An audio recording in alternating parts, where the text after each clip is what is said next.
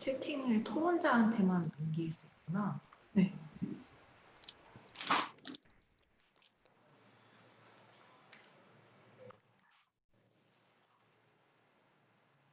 한 번만 볼게요.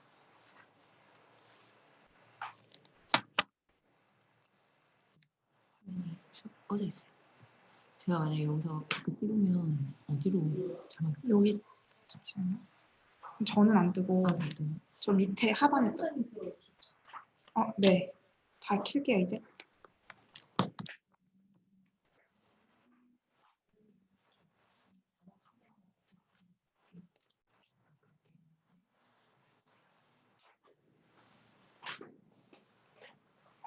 안녕하세요.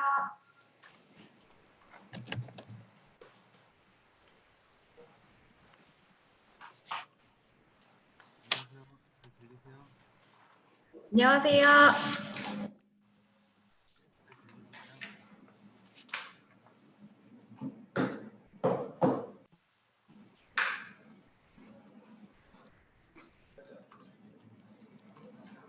들리세요? 안 들리세요? 네, 잘 들립니다. 내 거를 끌까? 아니 제가 끌게요.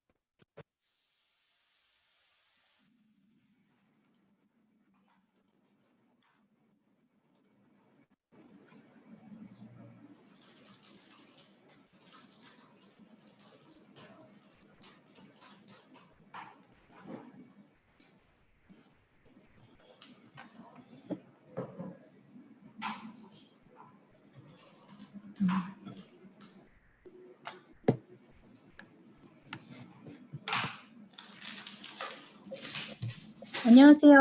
혹시 잘 들리시나요? 네, 대표님 잘 들립니다. 네네. 배경 너무 좋습니다. 아, 감사합니다. 저 뮤트하고 있겠습니다. 네.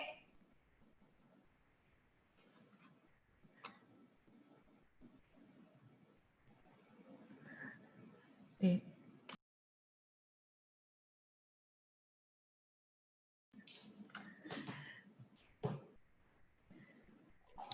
한번 풀어봤습니다. 네, 다 여보세요? 네, 센터장님 안녕. 목소리 잘 들리세요? 네. 나만 얼굴이 왜 이렇게 크게 나와? 아, 진짜. 이렇게 저도 멀리 그 말씀 드리려고 있습니다. 아니, 센터장님, 너무 뭐, 서 프론트앤 대표님도 만만치 센터입니다. 않아. 서 대표님도 만만치 않아, 지금. 저는 원래 머리가 커가지고 어쩔 수 없어요. 방금 저기 문지성 국장이라고 혹시 아세요? 월드뱅크에? 네네네네. 네, 지금 여기 와 있어요. 아, 최종구 장관 만난다고 와 있습니다. 네네네.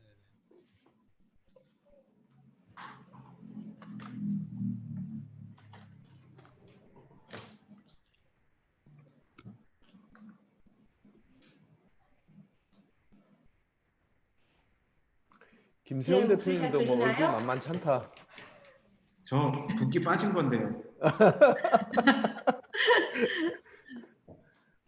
우리 잘 유 들리나요? 대표님만 제일 멋있게 나오시는 것 같아. 그렇죠. 약간 CEO 어. 느낌이에요.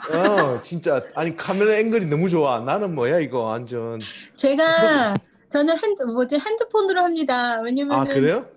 랩탑으로 하면 너무 자세가 안 나와가지고요. 그래서 핸드폰으로 해서 핸드폰 감사합니다. 배터리 떨어지면 안 되는데, 배터리 떨어지면. 그 코드 꼭 가겠습니다. 제 목소리 들리나요? 목소리 네, 잘 마이크 테스트 들립니다. 좀 해주세요. 네, 들리나요? 이사님 목소리 잘 네. 들립니다. 아, 예, 알겠습니다. 네, 그러면 목소리 잘 들리세요? 네, 저 잘 들리고 있습니다. 이렇게 하는 게 낫죠? 아니면 좀 울리죠?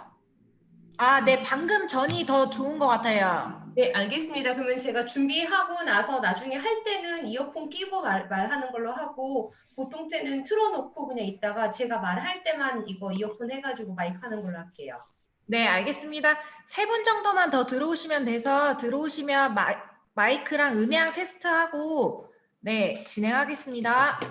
저 잠깐 이거 켜놓고 잠깐 나갔다가 잠깐 올게요. 네.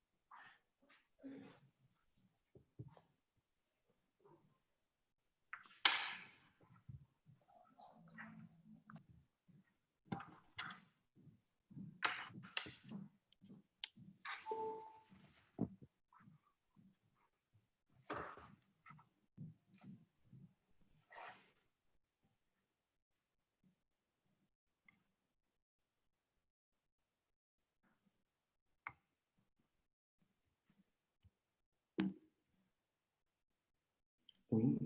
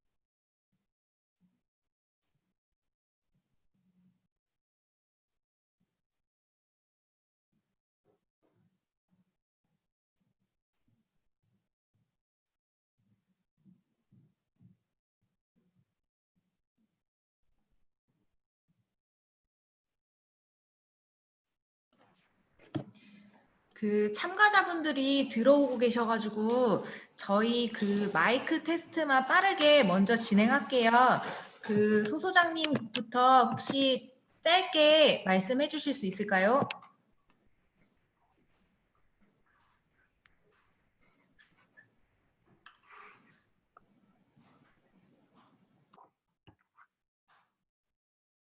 소장님 다시 한 번만 말씀 부탁드리겠습니다.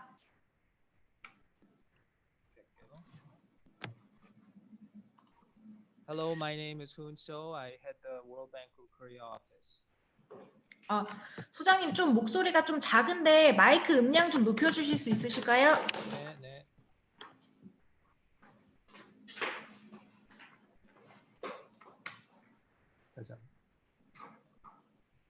Hello, my name is Hoon. So I am the head of the World Bank Group Korea office.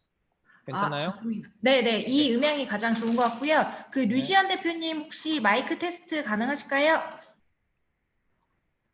네, 안녕하세요. 잘 네네. 들리시나요? 네, 좋습니다. 그 김세훈 대표님 혹시 마이크 테스트 가능하실까요? 네, 안녕하세요. 김세훈입니다. 네, 좋습니다. 그 최유진 부대표님 혹시 마이크 한번 테스트 해보겠습니다. 안녕하세요. 클래스 최유진입니다. 그 부대표님 죄송한데 음량 조금만 더 올려주셔도 좋을 것 같아요. 네, 잠시만요.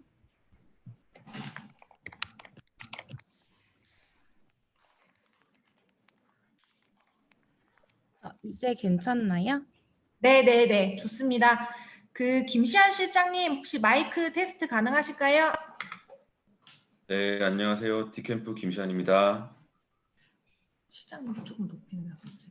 실장님 혹시 조금만 더 볼륨 올려주시겠어요? 마이크 볼륨이죠?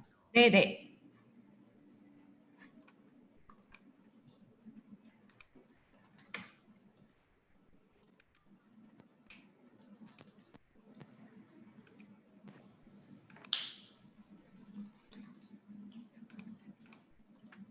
지금이 제일 높은 것 같은데요. 그러세요? 그러면 네. 조금만 목소리 크게 해주시면 전혀 문제 네. 없을 것 같아요. 네.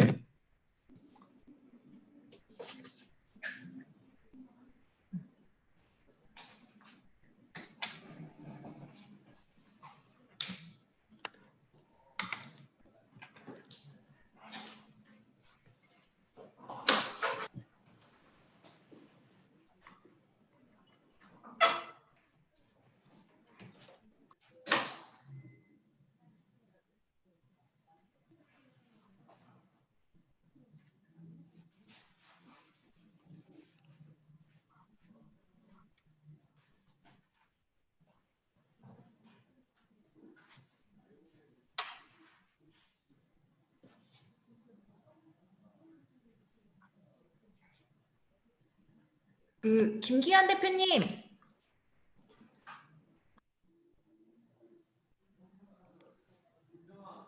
김기현 대표님 저희가 토론자로 올려드릴게요. 잠시만요.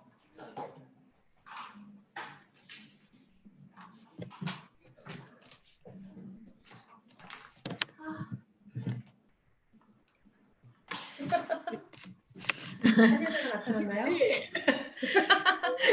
그러느라고 좀 아까 없어졌어요. 네.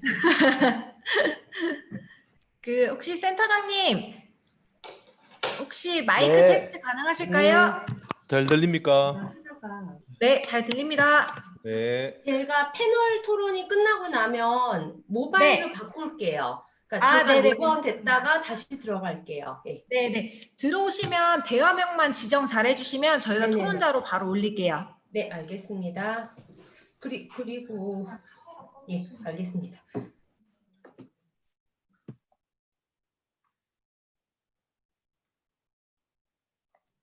소 대표님, 오래 하셔도 돼요. 제 거 많이 하셔도 됩니다.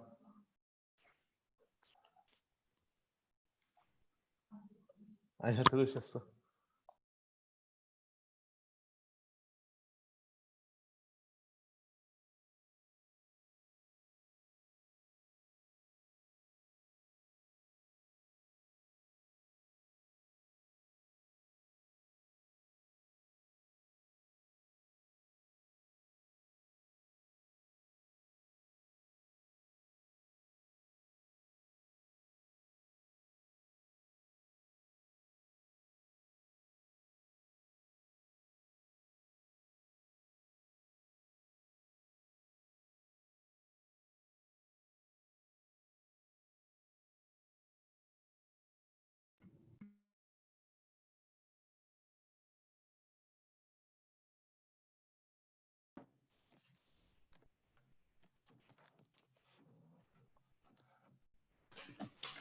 김기환 대표님, 네, 마이크 해봐도 괜찮을까요?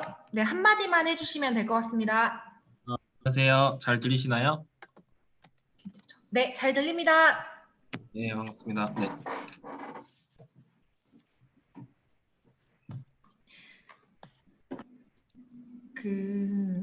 두 분만 더 오시면 되죠. 저희 40분부터 참석자 지금 들어오고 있어서 오늘 함께 해주시는 분들 간단하게만 소개하고 그 다음에 10분 브레이크하고 정시에 시작하겠습니다. 그래서 저희가 발표 순서대로 좀 소개 드릴게요. 저희 세계은행 한국사무소의 손은석 소장님 같이 해주셨고요. 네, 반갑습니다. 이렇게 소문만 들어주시면 됩니다. 그리고 저희 D.CAMP 프론트원의 김홍일 센터장님 같이 해주셨습니다. 반갑습니다. 네, 그리고 가장 어려운 패널 디스커션의 모더레이팅을 맡으신 류지연 대표님, IFC 함께 해주셨습니다. 감사합니다. 반갑습니다.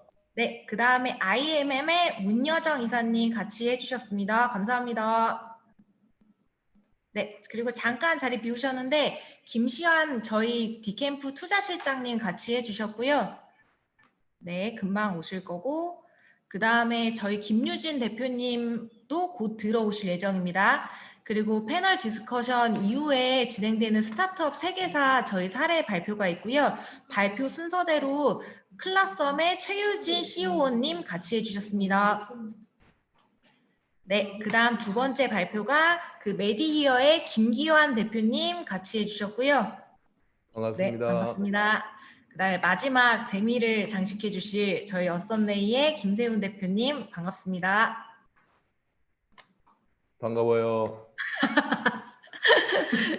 네, 그럼 저희 나머지 못 들어오신 두 분 빨리 팔로우업 드릴게요. 그러면 조금 쉬시다가 저희 정각에 바로 시작하겠습니다. 저희가 참석자 리스트는 토론자 분들께는 보이시지는 않을 것 같은데요. 저희가 중간중간 공유 드리고 저희 D.CAMP 유튜브 중계 채널 통해서도 직접 보실 수 있습니다. 줌 따로 설치하지 않으시고 보실 수 있으니까 주변에 혹시 참여하고자 하시는 분 있으면 안내 부탁드리겠습니다.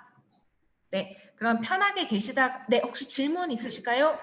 자막을 띄워놓으라고 하셨던 것 같은데 자막인가요? 채팅창이 아니고 자막창이 네, 어디서 네, 보라고 자막 하셨어요? 설정 하단에 자막 설정 혹시 보이세요? 안 보여서? 비디오 설정에 들어가야 되나? 아니요, 잠시만요.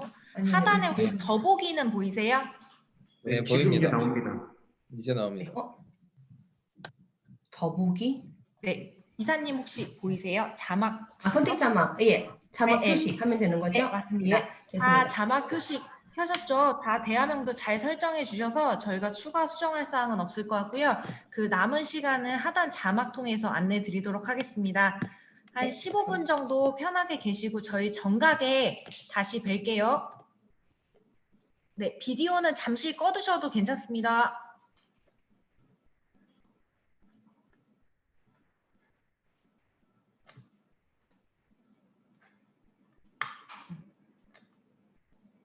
이거 화면이 이렇게 나오는 거 맞죠? 일부러 하는 거죠?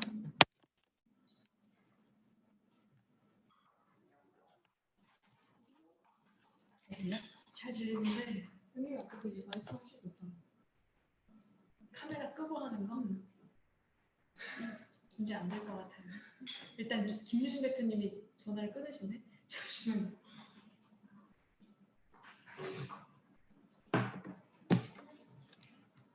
유튜브 켤게요. 네.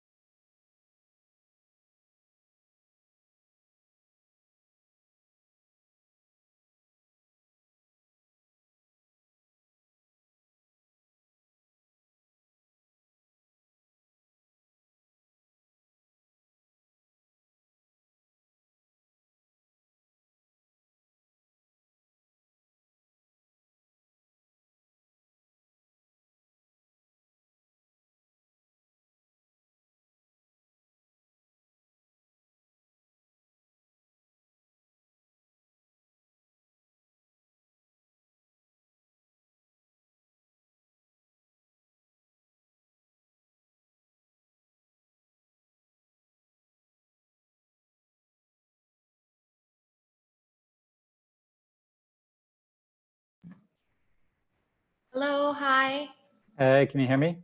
Ah, sure. The sound Great. is really good.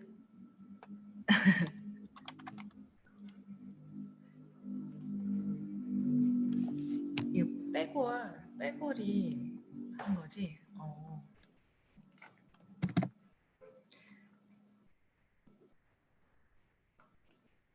Okay, then we are going to start in 4 p.m. Hello, hi. Hey, can you hear me? Ah, sure. The sound is really good.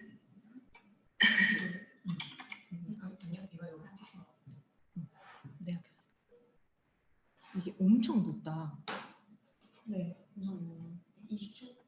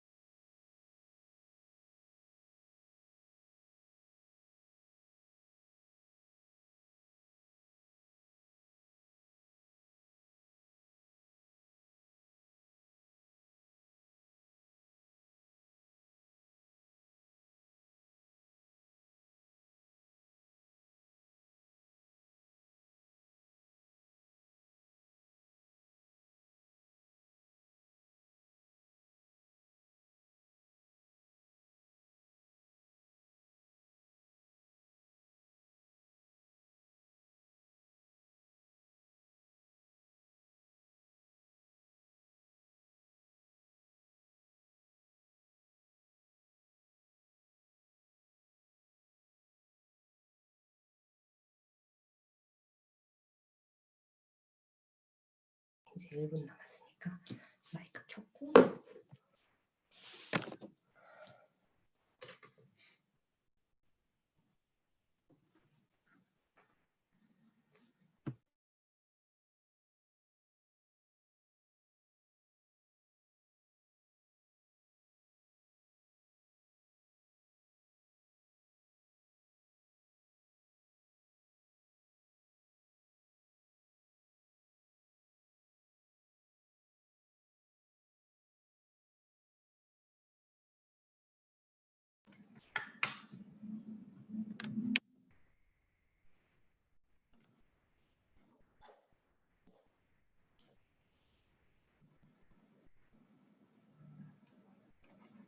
네, 저희 그러면 시작하겠습니다.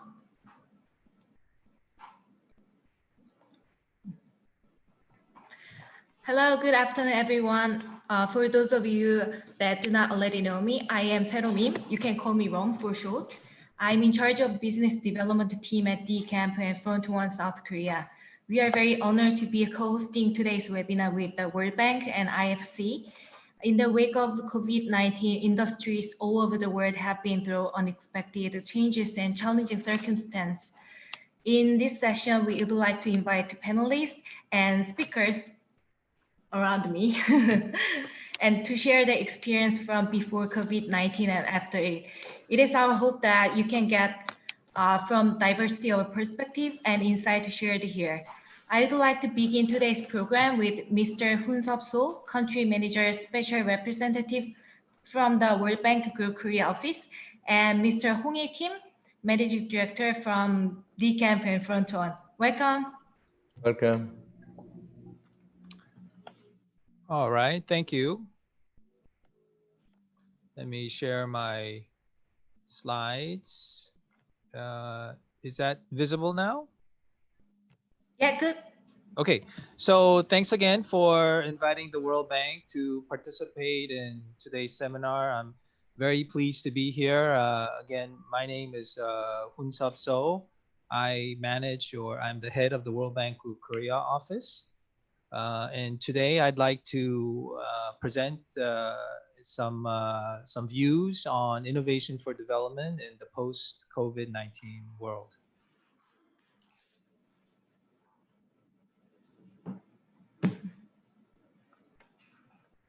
Okay, so I understand I have about 15 minutes. I have probably too many slides, so I'll try to go fairly quickly. I've organized the presentation according to three areas. One, COVID-19 pandemic and the global economy. Two, innovation and technology in the post-COVID-19 world. And three, World Bank Group support for innovation and technology for development. Okay, so the first set of slides, a lot of the slides that I've put together are based on what we call the global economic prospects. These are the World Bank's publications. Usually they come out twice a year about the world economy. So the recent one came out about a month ago in June. And of course, the focus has been on the impact of COVID-19 pandemic on the global economy. Not surprisingly, we project a very significant impact on the global economy in 2020. As you can see on the left figure, which shows the significant contraction in the global GDP that we project for the world, as well as separately for advanced economies and emerging market and developing economies. And basically, we project the global economy to contract by 5.2% overall, high income economies by 6.8%, and then developing countries by 2.4%. This will be the biggest recession since World War II and almost 3 times as steep as the 2009 global financial crisis. If you look at the right figure, we present some real sector indicators, such as on air pollution, retail and recreation mobility, flight cancellation, open table reservations. All of them indicate a significant contraction in global activities in 2020. Just to note, air pollution obviously is a good thing to see a contraction in air pollution, but nonetheless it indicates that economic activities will contract significantly in 2020. Now, although a moderate recovery is envisioned in 2021 with global growth reaching 4.2%, output is not expected to return to its previously expected levels. I think one concern, if you look at the left-hand figure, is, as probably many of you know, the initial impact of the COVID-19 was more focused on the advanced economies, I think for various reasons. It might be one is that the advanced economies tend to be more urbanized. But I think we may see a second round impact occurring now on the developing countries and emerging markets and developing economies. Now, there is still a high level of uncertainty around the outlook in terms of the impact of COVID-19, because, for instance, there is uncertainty regarding how long the outbreaks, the pandemic will persist. And you can see that in the right-hand figure, which shows the black bar indicates the range of projected estimates in GDP growth, for instance, in 2019 as well as 2020. So after decades of rapid expansion, the expansion of global trade and global value chains have stalled in recent decades, and especially recently due to the impact of the pandemic. Global trade is on track to fall more in 2020 than it did during the global financial crisis. So you can see this in the three figures. On the left is the impact on trade growth. The right is on container shipping and new export orders, and the figure all the way on the right is on FDI inflows into developing countries organized by different regions, and you can see a significant negative downturn in FDI inflows. Now, for the World Bank, our mission is to reduce or eliminate extreme poverty and promote shared prosperity. And on that ground, the impact of the COVID-19 pandemic is particularly worrisome in terms of how it is expected to erase decades of economic progress and poverty reduction in developing countries. The main driver of this is, if you take a look at the figure on the left, is the per capita growth in developing countries, which will unfortunately, we are projecting a significant downturn in 2020, and that directly translates into extreme poverty rates. Extreme poverty rates in developing countries have actually continuously declined in the last 2 decades, but we believe that this year in 2020, due to the pandemic, we will see an uptick in the global poverty rates. And one of the reasons is that developing countries, especially low-income countries, tend to have a weaker health sector system, and that is shown in the figure on the right. So now I'm going to switch a little bit over to the topic of innovation and technology in the post-COVID-19 world. We believe that the COVID-19 pandemic is likely to accelerate technology trends, technology advancements. For instance, there will be more demand for digital health services, including telemedicine, self-diagnosis apps, and dissemination of public health information. There will be an expansion of digital transactions and mobile money, and with that, e-commerce activities. There will be a higher demand for e-learning, for remote learning and teaching, and higher demand for remote work solutions for public and private organizations. These are just some examples. From our perspective, one of the concerns is that in order to take advantage of technology trends and technology acceleration, we need to address the digital divide among the haves and have-nots, among advanced countries and developing countries, along with the social dimensions of the pandemic. For instance, if you look at the data, the figure on the left, it indicates that low-income countries have lower shares of jobs that can be done at home. So that means they are more vulnerable to the impact of the pandemic. And on the right, what we show is that there is a digital divide between countries, and especially between high-income and middle and lower-income countries. We believe that up to 24% of countries have limited coverage in terms of access to the internet, for instance, and limited usage as a result. And in addition, of 37% of countries which have some access to the internet, but still limited usage. So there is still a significant share of countries in the world that have not taken advantage of the digital economy. So in the post-COVID-19 world, we need to be more inclusive. more resilient and more sustainable. So in terms of being more inclusive, we need to focus on job creation, focused on number of jobs, types of jobs, but I think most importantly, helping workers learn the skills needed to take advantage of those jobs.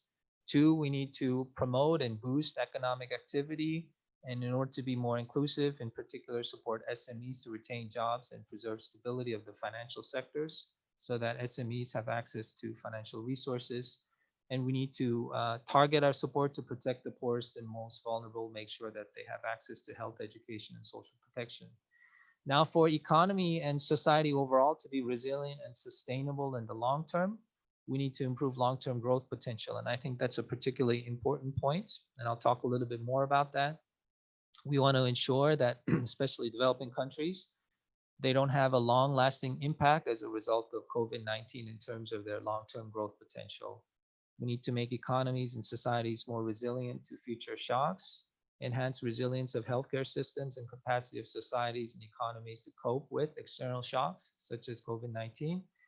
And I think the last point is also important, that we can take advantage of the COVID-19 pandemic crisis to think of a new way of growing, to be more sustainable, to be more green by introducing green policies, by decarbonizing and introducing green technologies.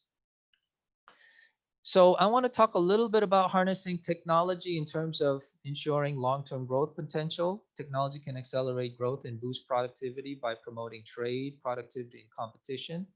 So for instance, on the left-hand figure, we've assessed that companies and sectors that have greater access to internet, that use internet platforms more actively, have a much more expanded reach in terms of markets, both externally and internally. That in Vietnam, for instance, when we looked at the data of Vietnamese firms that use e-commerce more actively tend to have higher productivity growth and higher competition overall. So this is sort of a schematic of how we think about promoting innovation and technology. We can think both in terms of supply of innovation and technology, in terms of demand, and in terms of the factors of production, such as physical, human, and knowledge that is required for both supply and demand. On the supply side, what we need to do is invest in human capital and support firms to upgrade their capability to invest and utilize innovative and technology-enabled solutions. We need to support country science and technology systems and ensure they are linked with international science and technology networks.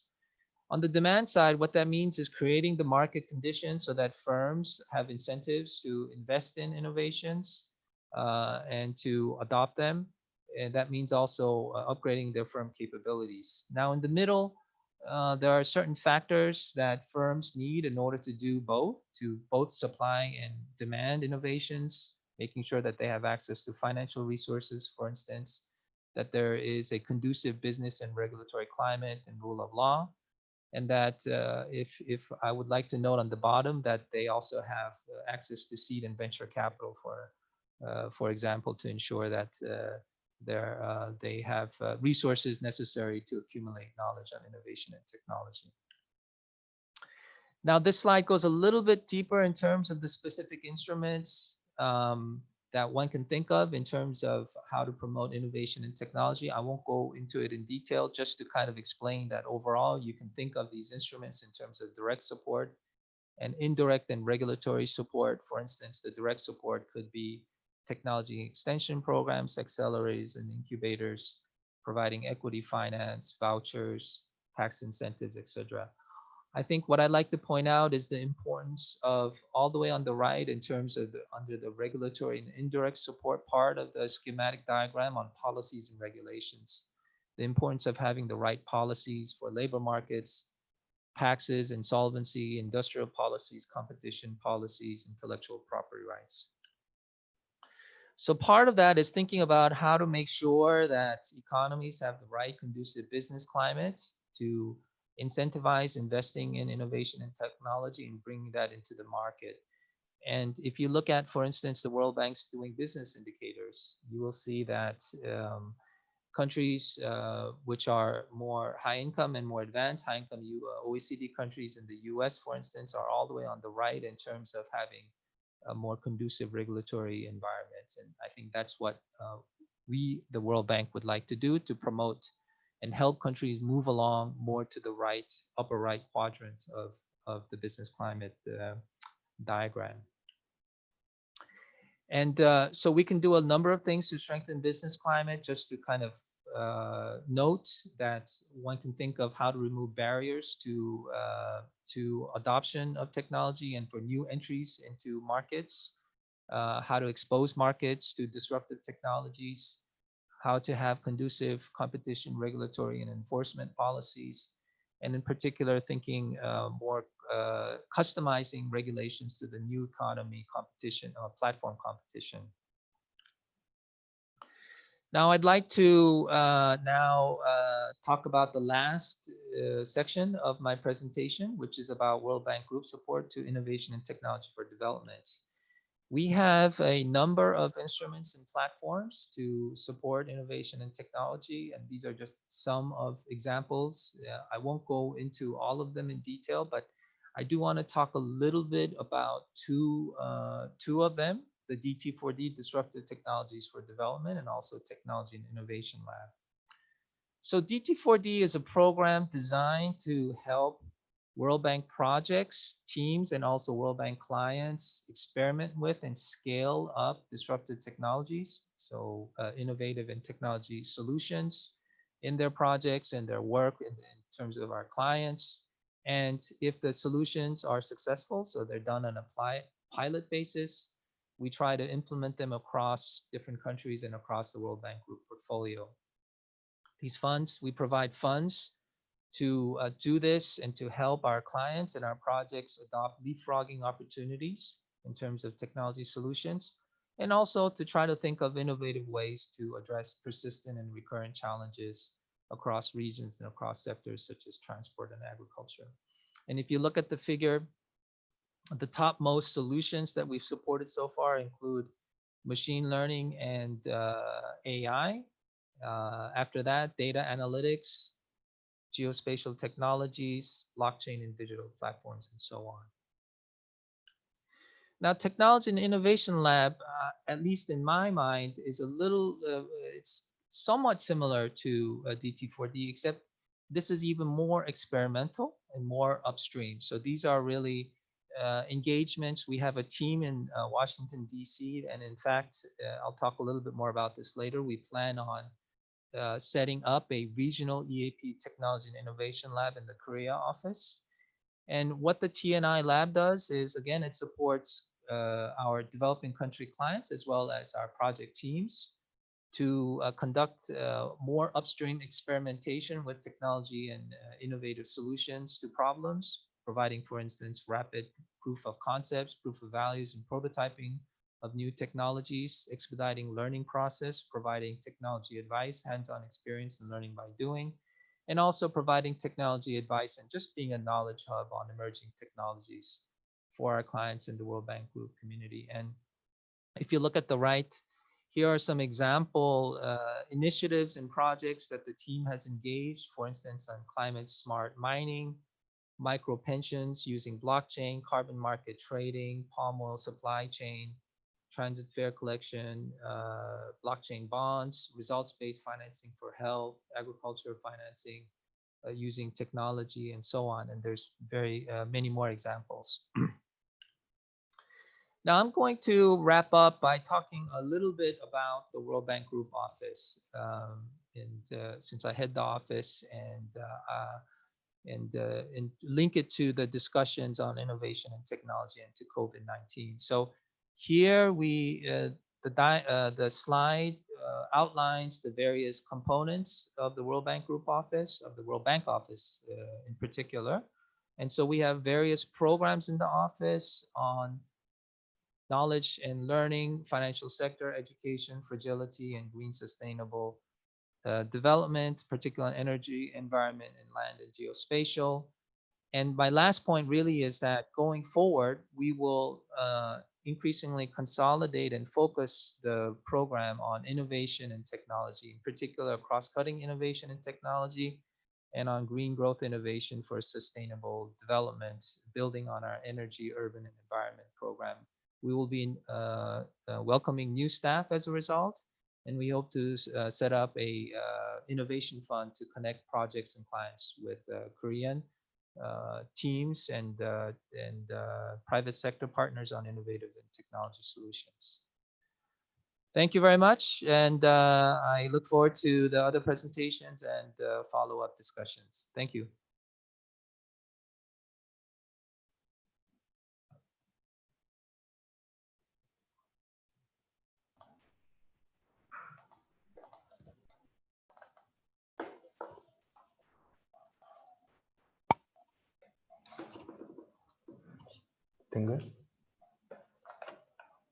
Serum, can I start now?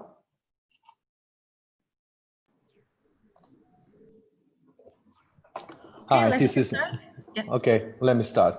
Hi, thank you so, Mr. So and Serum. Hi, this is Hong Kim, head of D.CAMP. D.CAMP is a non-profit organization that started in March 2013 to support young startups. Our long-term aim is to discover growth engine for country's future and create new jobs along the way. COVID-19 is changing our lives. One way of doing so is speeding up digitalization in every aspect of our lives. For instance, a recent marketing data showed that 42% of American online shoppers today have started shopping online due to the pandemic. Many of us are finding solutions to our daily needs, whether it be for education, workplace, shopping, groceries, in digital sphere due to the needs for the social distancing. In turn, we are arguably becoming more connected, but what does it mean to be connected in this post-corona world? For this, I think we need to compare how our lives were before and after COVID-19. For easy explanation, I would like to bring two concepts, contact and connect in Korean language. They come from the same root and are very close tied to one to another. What does everyone think when hearing the words of contact and connect? Contact reminds me of the touch, offline, face-to-face, hugs, handshake, and restaurants, shopping mall, so on. Connect brings to me the internet, being online, smartphones, Netflix, Amazon, etc. In a sense, our world is shifting from the contact to the connect after COVID-19. However, there is a large part of our society that is left out of this connection. At the forefront at the essential workers who are exposed to COVID-19, as consumers, it is easy for us to blind about what happened between the time we make our order and the time we receive the product on our doorsteps. So many news about the use of drones, robots, and AI in industry made us believe these technologies have replaced human labor. But we are disillusioned by COVID-19. Many of our online digital services today will still require the human touch behind mobile and PC screens. In my opinion, this disconnection between our perception and reality presents business opportunity which are still untapped. We must also consider those left out of the online system altogether. For example, education is going online due to the COVID-19, but students from the low-income family are unable to achieve good grades because they cannot reach online source among the other problems. According to the UNESCO research, more than 50% of students out of the classroom as a result of COVID-19 do not have access to computer at home. Corona is highlighting the digital divide in our education system worldwide, and it is only worsening the gap between the rich and the poor.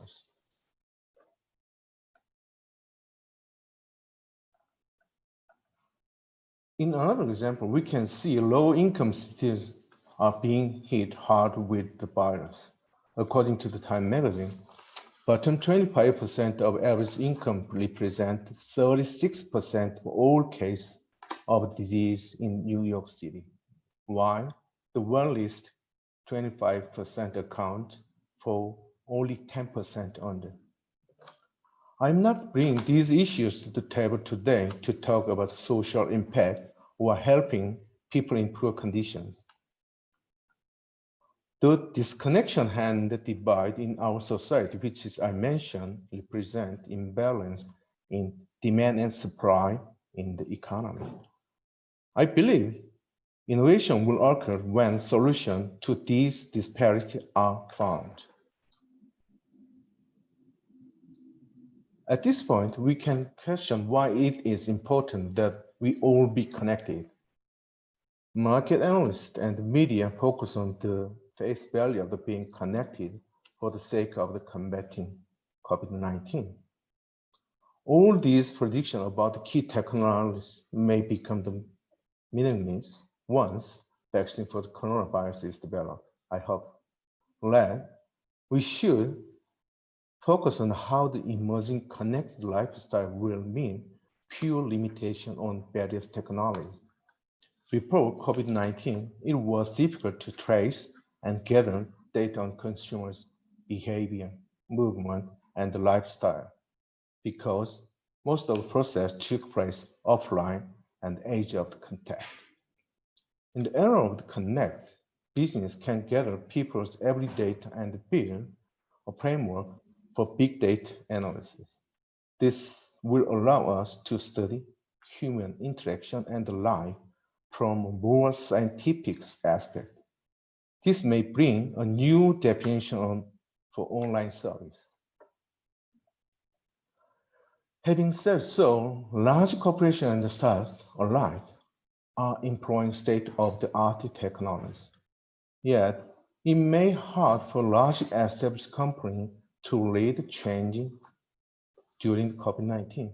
There are many reasons for this: scale of economy, internal politics, dependence on established process or system, and institutional resistance from the shareholder, among others, are just some of the hurdles against effective change.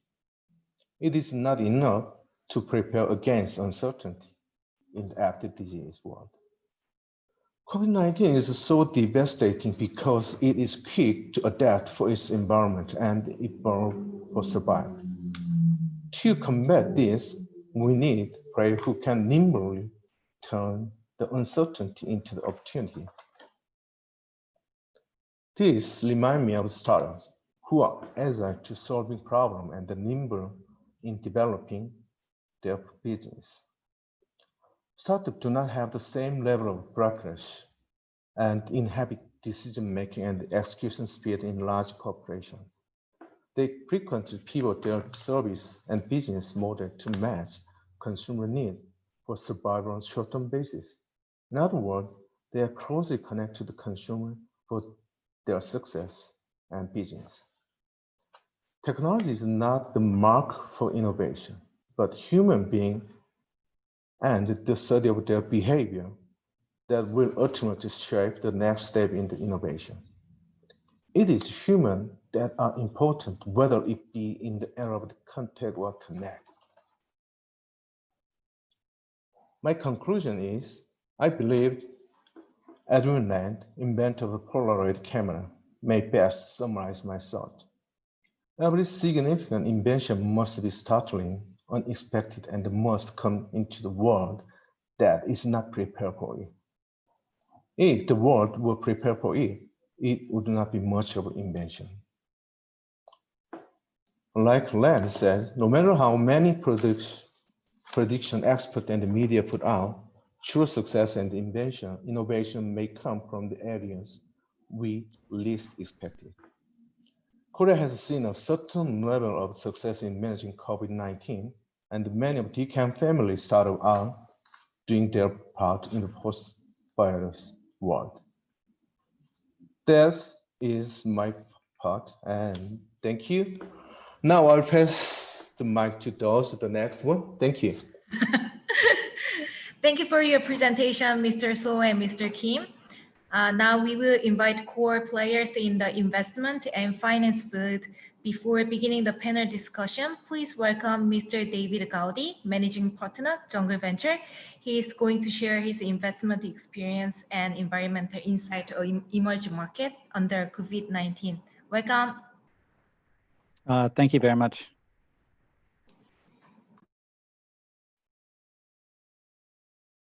And you can see my slides okay?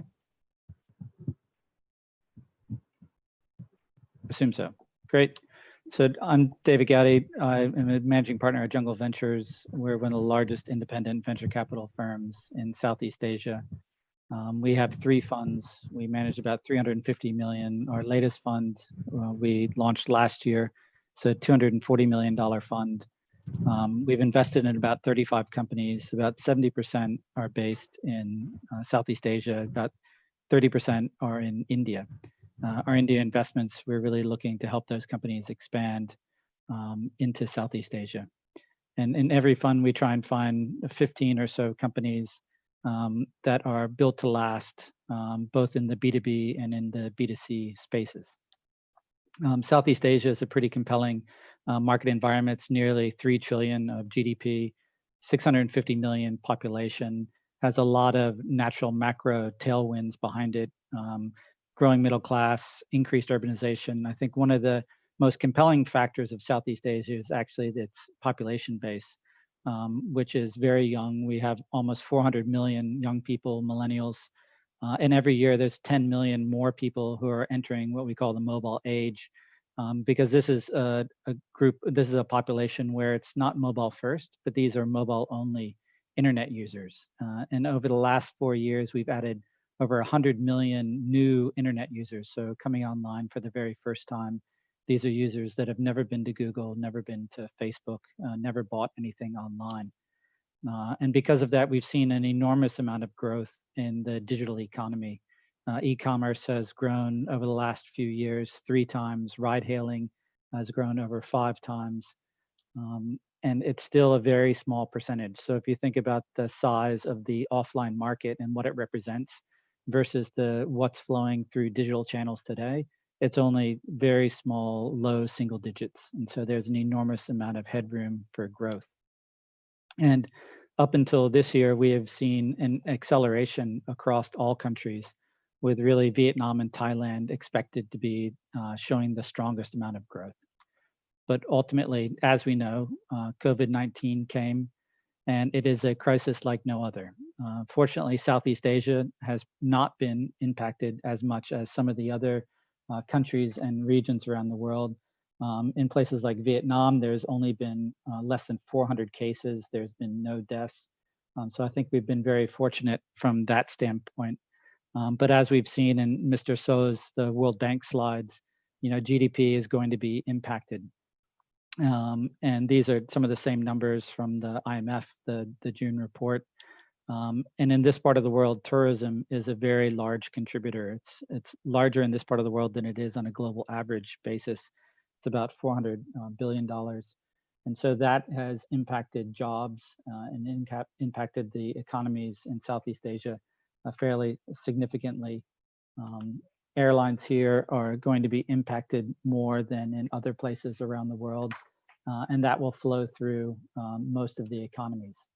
But we do think there is a silver lining, as we've seen in the other presentations today. What we're seeing is that consumer consumption is moving more towards digital channels, and it's accelerating in this part of the world. There's a Bain, and Facebook just published a recent study on Southeast Asia on consumer patterns. And we're seeing some of the same numbers that we've seen in the other slides. So a lot more people are shopping online. These new consumers that hadn't previously been adopting e-commerce are now doing that in a greater way. Governments in this part of the world have also stepped up. They've been committing capital to help drive digitization within businesses and within SMEs. And I think most businesses have recognized the sense of urgency that they need to drive technology and innovation into their businesses. And what we believe is that, based upon the data that we're seeing now, that a lot of this consumption will continue to flow through digital channels. And what we'll see is an acceleration of some of the assessments that we've made in terms of the growth of the digital economy, and that this is causing people to adopt new patterns and new habits, which creates an opportunity for growth. And so in 2016, there was an estimate that was made for 2025. It was about a 200 billion digital economy in Southeast Asia. That was revised last year. This is in a Google Temasek report to 300 billion. We now think, based upon this acceleration of digital adoption, that consumption will increase even more, potentially even to 500 billion by 2025, which creates a lot of opportunities. And I agree with Mr. Kim's quote about uncertainty leads to opportunity. And so we've seen lots of companies that have been adaptable and embraced this change. And it's difficult to know what the back half of the year will look like. But I think at least some companies are showing high levels of adaptability. Saltmine is a great example. They've built a cloud-based collaboration platform that's helping large enterprises plan for the re-entry of employees into the workplace. Or in Vietnam, there's a small business software POS provider that's actually helping to drive a lot of the digital adoption and penetration with the SMEs and adopting software. Pomelo has embraced, it's a fast fashion business in Thailand. It's embraced and donated medical supplies and masks to make them more fashionable, so that the millennials will adopt, protective measures to prevent themselves from testing positive from the virus. So I think there's a lot of opportunity that is presenting itself as we continue to move in what is this new world. With that, I'll pass over. Yeah, thank you for your thoughts and insight. We've got some questions, but you already covered the questions, so I'd like to skip the questions from the audience. And next, I'd like to introduce 4 panelists. Please wave your hand like this.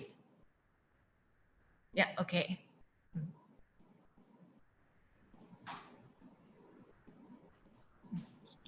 Okay, thank you, Serom. Good afternoon, everyone. My name is Jiyeon Ryu. I'm resident representative of IFC Korea office. Just very briefly, IFC is the largest global development finance institution focused on private sector development in emerging markets. And IFC is a sister organization of the World Bank. In fiscal year 2020, which was just closed last week, IFC committed about 22 billion in long-term finance, which is an almost 15% year-on-year increase despite the COVID-19 pandemic. And the mandate of IFC Korea office is to partner with the Korean companies and develop cross-border investment opportunities from Korea into other emerging markets. With that, it is my great pleasure to moderate a very relevant and timely discussion on opportunities for venture capitals and startups post-COVID-19. And we have excellent speakers lined up for the topic. But before we start, let me just share a few thoughts. As the coronavirus continues to disrupt the global economy and the business as usual, entrepreneurs, startups, and SMEs are going through very tough times. But one of the recent research papers suggests that Chinese venture capital deals have contracted between 50 and 57% since the onset of the crisis in the first 2 months relative to the world. If a drop like that happens globally, even just for 2 months, that means about 28 billion in startup investment will be gone in 2020. But however, as all your speakers actually mentioned, crisis begets opportunities. So the same study also suggested that over half of Fortune 500 companies were created during the recession or bear market.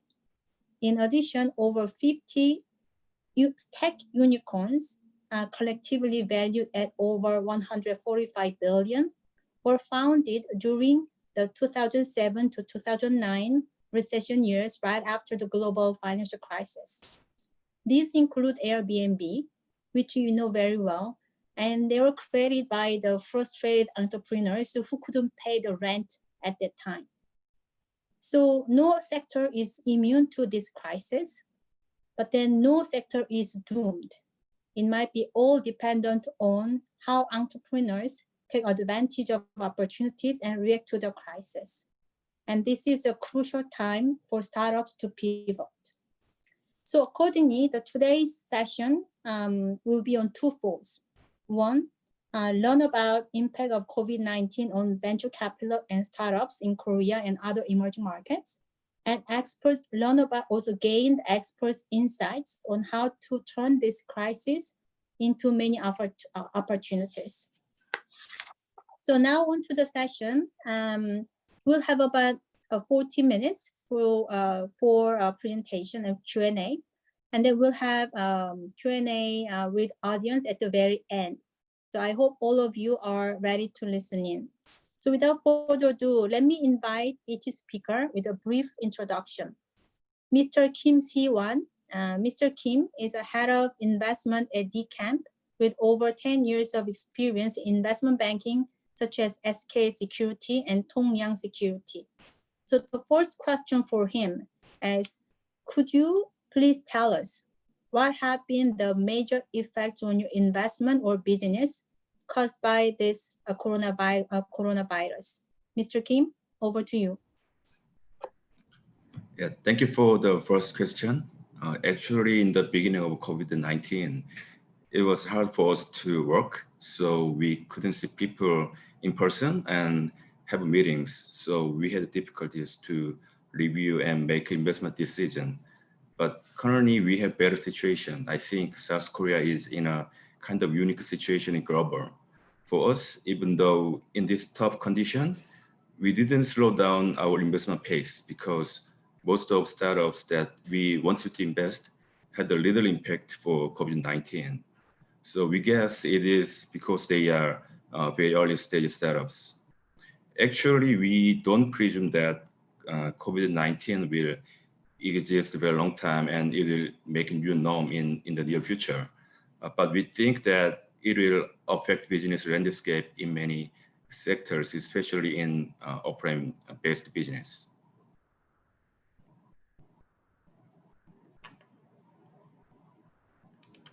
Thank you, Mr. Kim. Just before we move on to the next speaker, I'd like to, you seems like you have a crystal ball. So you think this is going to end in the near future? But then I hope that you're right. But in the meantime, you mentioned that there are sectors with changes of their business landscape. Could you tell us more about the changes or maybe you could give us an example, what you mean by that? Yeah, actually, I think that if we think about the business in offline business, especially retailers, they have a tough time now because they don't have customers recently. But if you think about e-commerce services, they are booming up now. So it is one big example, I think. Thank you. So it's in line with actually David's presentation. So let me invite the next speaker, Mr. Eugene Kim. Mr. Kim is a general partner of SparkLabs. And SparkLabs is a mentorship-driven accelerator program to support early-stage startups that have the potential to expand globally. So Mr. Kim of SparkLabs, the same question goes to you. What have been the major effects on your business? Yes. Hi, I'm Eugene Kim, general partner at SparkLabs. Pleasure to be here with all these astute colleagues. Yes, I mean, COVID-19 has had pretty impact into SparkLabs. We run an accelerator program. Unfortunately, I mean, for us, we had already selected our next batch before the outbreak happened in Korea. So we were already kind of committed into starting the batch. Usually, when we start a batch, it's a lot of offline events that we do together to help the startups. And and we were forced to do that all online. So all of our mentor teaching sessions were done online, and so we were forced to change our normal protocol in that sense. Also, as an investor, with the outbreak of COVID-19, we were very worried about some of the companies in our portfolio and wanted to make sure that they are able to kind of survive or get through this time, although we don't know when it's going to end. So we contacted a lot of our teams to make sure that they had enough runway to survive. Luckily, some of the teams, had gotten funding before the outbreak. So and some of those teams were the ones that was greatly impacted by the virus, which was in travel and also in kind of the MICE and these kind of businesses. Some were able to secure, and now we told them, you gotta focus on one way and just trying to survive through this, no matter what. Meaning, try to get any kind of government support programs if there's anything at all, and also even maybe do outsourcing work, because a lot of those companies that were affected by COVID-19, their revenues were zero because they had no customers. And so, and some of them actually were very greatly impacted by the impact on the business, and they were forced to kind of either pivot or just go into very just survival mode. And so unfortunately, those companies are probably not doing their main business, but they're just trying to survive. We try to help our startups by providing information portal to any kind of relief programs or any kind of grant programs that the government's providing, so that they could take advantage of those. And so that was something new that we were adding onto our platform that we provide to our startups. And finally, it forced SparkLabs ourselves to kind of look into how we become more efficient and provide more help in a non-contact manner, right? So we actually had plans to create more digital content to help our startups from remotely, and I think COVID-19 just kind of accelerated that, and so we're now starting to produce videos and content to help startups almost on a weekly basis now, and slowly those videos will be coming out onto our platform. Some of them we might make it to a public event as well. So those are kind of the things that kind of have impacted us. Thank you, Eugene. You mentioned about the government support or grant programs. Mm-hmm. Are you aware of such programs that could be, in a way, shared with audience? I'm sure there might be many startups who are going through financing problems in short term. Yeah. So interesting. Korea is a kind of a very, let's say, kind of a unique ecosystem in that the Korean government is very active. Even before COVID, right? Government is very active, and there's a lot of R&D and grant programs that are targeting startups, regardless of COVID or not. And so those are obviously there for the grabbing. You do have to apply to it and get selected, but it's a chance, right? And I think also the Korean government itself is also providing certain relief programs or preparing certain relief programs. Like I know the SBA is preparing some programs as well for startups to get at least some kind of relief. And I think that's kind of in the making. And I think as long as we get a little more kind of visibility on that, we'll be sharing that information to the public. Hopefully, they can all take advantage of it. Thank you. So next speaker is Miss YeoJung Moon. Miss Moon is a director of IMM Investment Corporation. She leads an investment team with a special focus on biotechnology, healthcare, data science, and AI, all the cool stuff. Before joining the VC space, Ms. Moon worked as OB-GYN professor at Severance Hospital. So Ms. Moon, same questions for you. Anyway, thank you for inviting me. And I'm YeoJung, Director of IMM Investment. And actually, I'm the first medical doctor in venture capitalist in Korea. So I think that's the background makes me to make some discussion in this panel. Starting last February, we worked from home for about 2 months. And I think that's very similar to all of our venture capital. And fortunately, we are able to go into office, but we are still practicing some social distancing. And so we continue to minimize the numbers of external meetings and meetings in persons. And so that makes a little bit of setback because of networking, and making some meaningful relations in venture capital is very valuable. But maybe since May, I think we just keep going on meetings, and so got just a little members, like 2 to 3 or 4, maximum 4 person. So we just keep starting meeting with ventures, and it's still going on. And our IMM investment activities were hold on recently, and however, that's not that was because we are still in the fundraising stage, not because of COVID-19. And during this fundraising, we make presentations by Zoom, get due diligence by online, and didn't have any ceremony for fund closing. And I know it's very unusual, but memorable experience. And I think we could discuss later about just fundraising by the limited partners area. And now that our fund has officially closed, and we'll focus on investing. But actually, I think that it will take between 2 to 3 years to discover a vaccine or some new drugs for COVID-19. And by this time, I see some opportunities for emerging industry. And I think my view is very similar to others, but I'll discuss later. Thank you, Ms. Moon.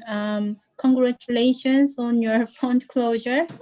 And I hope that you can maybe use the money that you saved for the party to again invest in other startups. Yes. Okay. So with that, let me invite my colleague, Ms. Ruchira. Ruchira is the South Asia Regional Lead for Disruptive Technology Investment at IFC. She oversees IFC's investment in early-stage technology businesses as well as VC funds. So Ruchira, over to you, and the same question goes to you. Thank you. So can you guys hear me okay? Wonderful. And with the outbreak of COVID-19, the one thing we really got into action with was to support our portfolio companies. World Bank Group immediately announced a rescue package. It was a $14 billion rescue package, of which $8 billion was meant for IFC to support its investee businesses across the world, which meant we saw ourselves as the leaders in helping our portfolio businesses survive through this crisis by giving them financial support. What that meant was for my business, because I do direct investing in South Asia, I invest both in direct equity in early stage startups as well as in VC funds. Me and my team started working with our portfolio companies to immediately assess their needs. Because what we realized is with COVID came a series of lockdowns. Certain industries got hit very badly, as we heard in the presentations earlier, and that had a ripple effect across the economy. So a lot of the early stage startups we were supporting saw drops in revenue. They saw delays in collection of cash from their customers, which resulted in higher working capital requirements.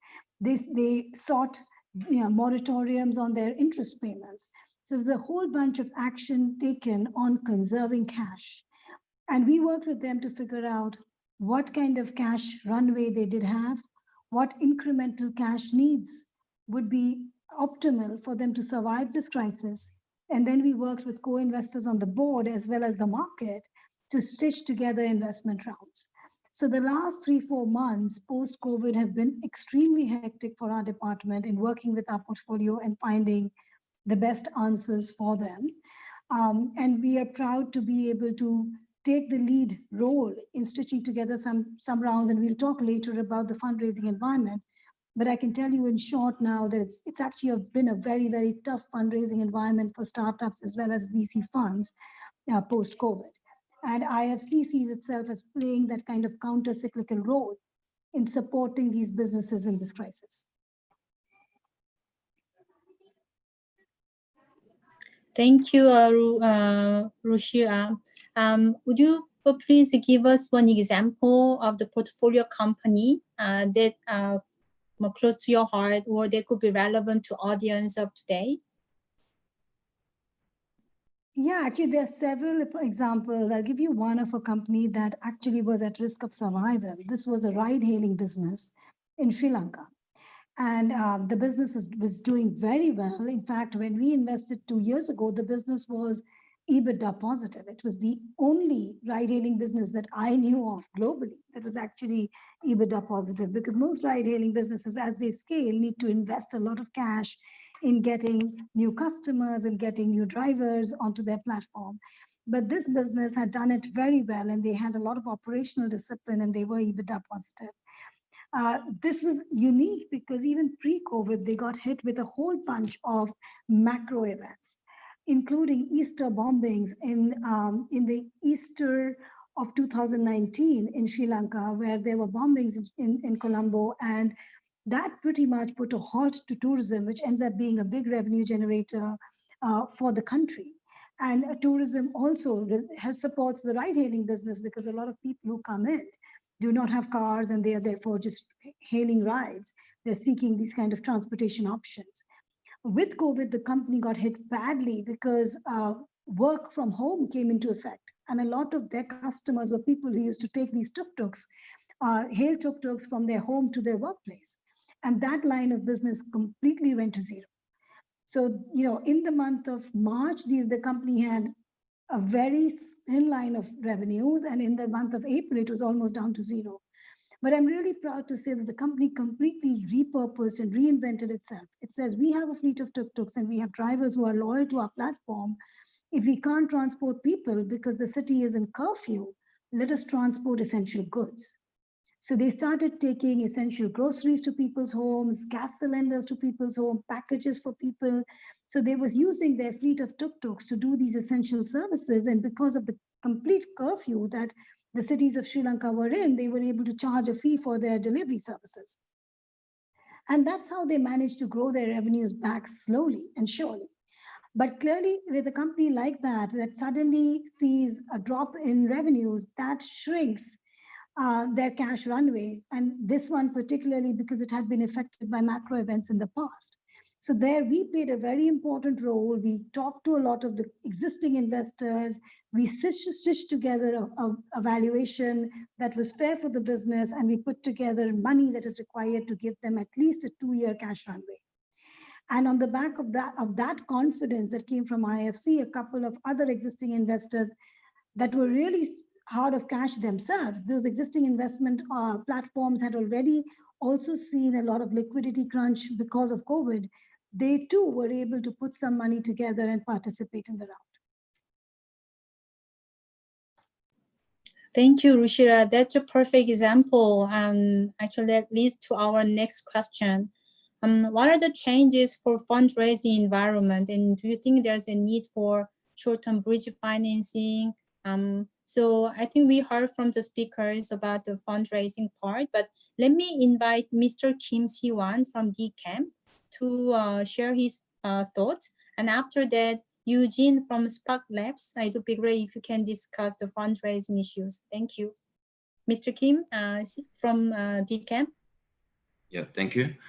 I guess maybe the next speaker will talk about in a startup's perspective of fundraising. So this time I would like to speak in LP's perspective on this topic. So recently, there are many VCs which have started raising capital for fund. And I think it comes from mainly two regions. First, because of COVID-19, government started setting up a new VC fund to prepare in advance for a difficult situation against COVID-19. And second, many VCs exhausted their existing funds, and it's time for them to make a new fund. But in the LP side, LPs became conservative to invest in VC fund after Corona-19 came up. It's not because they became more cautious to returns from VC fund, but because they are struggling to predict their own business performance affected by COVID-19. So in this difficult era, it's better for VCs to include post-corona investment strategy to make a new fund. But I think this is not the first priority for LPs to choose GP, but can be one of the most important part. So I think this is the important thing of LP side. Thank you, Eugene. Yes. When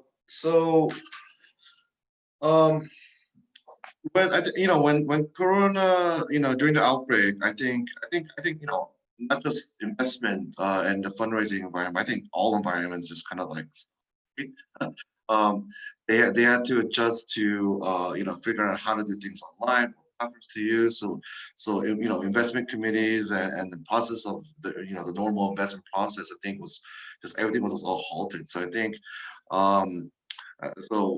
Fundraising during COVID was pretty much non-existent. And so I think teams that were talking with investors or about to close investors, investments were just postponed, and they just had to kind of deal with that. But I think the one thing that I'm most concerned about is, and then that's also with our accelerator program, is actually for early stage startups, their main goal is to try to make traction, right, and show that their service and their business is being used by people and growing. Now, COVID-19 has kind of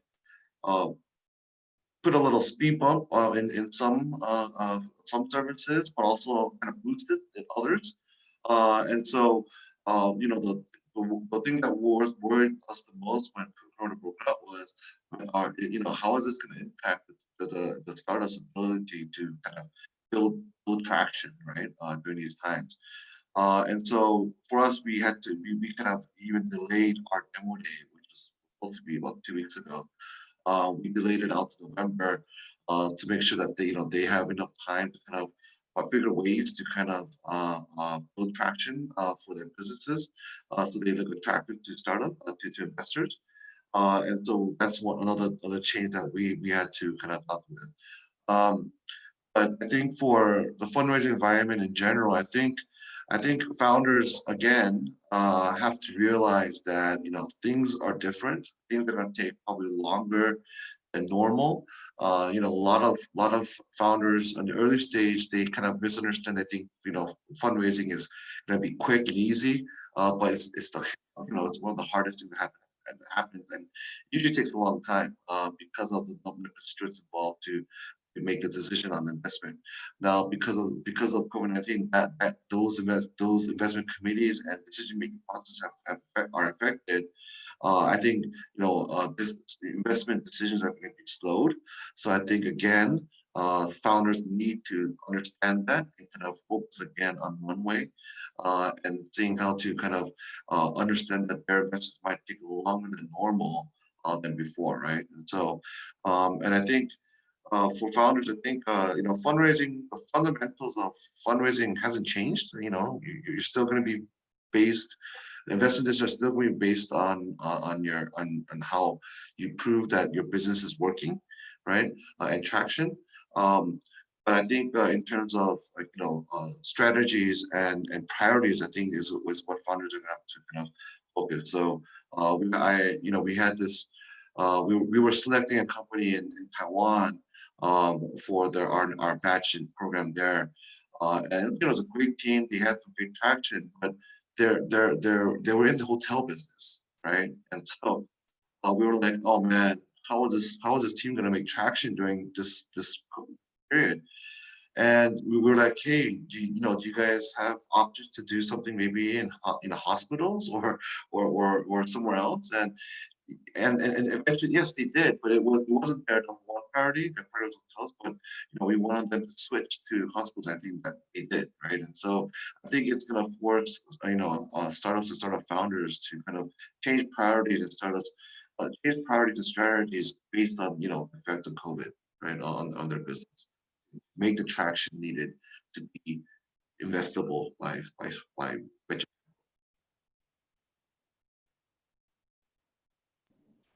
Thank you, Eugene, and also Mr. Kim from D.CAMP. It looks like there's no easy answer, but since Eugene mentioned, if the founders set their priority right, or maybe pivot their business to the, where the opportunities lie, then maybe there could be, in a way they could sustain their business. Thank you. The next question is about the sectors. I think we heard from Hoon and also David about technology driven or digital driven sectors. But then what are the sectors that venture capitals are starting to look at or pay attention to given the situation? So let me invite Ms. Moon from IMM and also Ruchira from IFC to address those questions. Ms. Moon?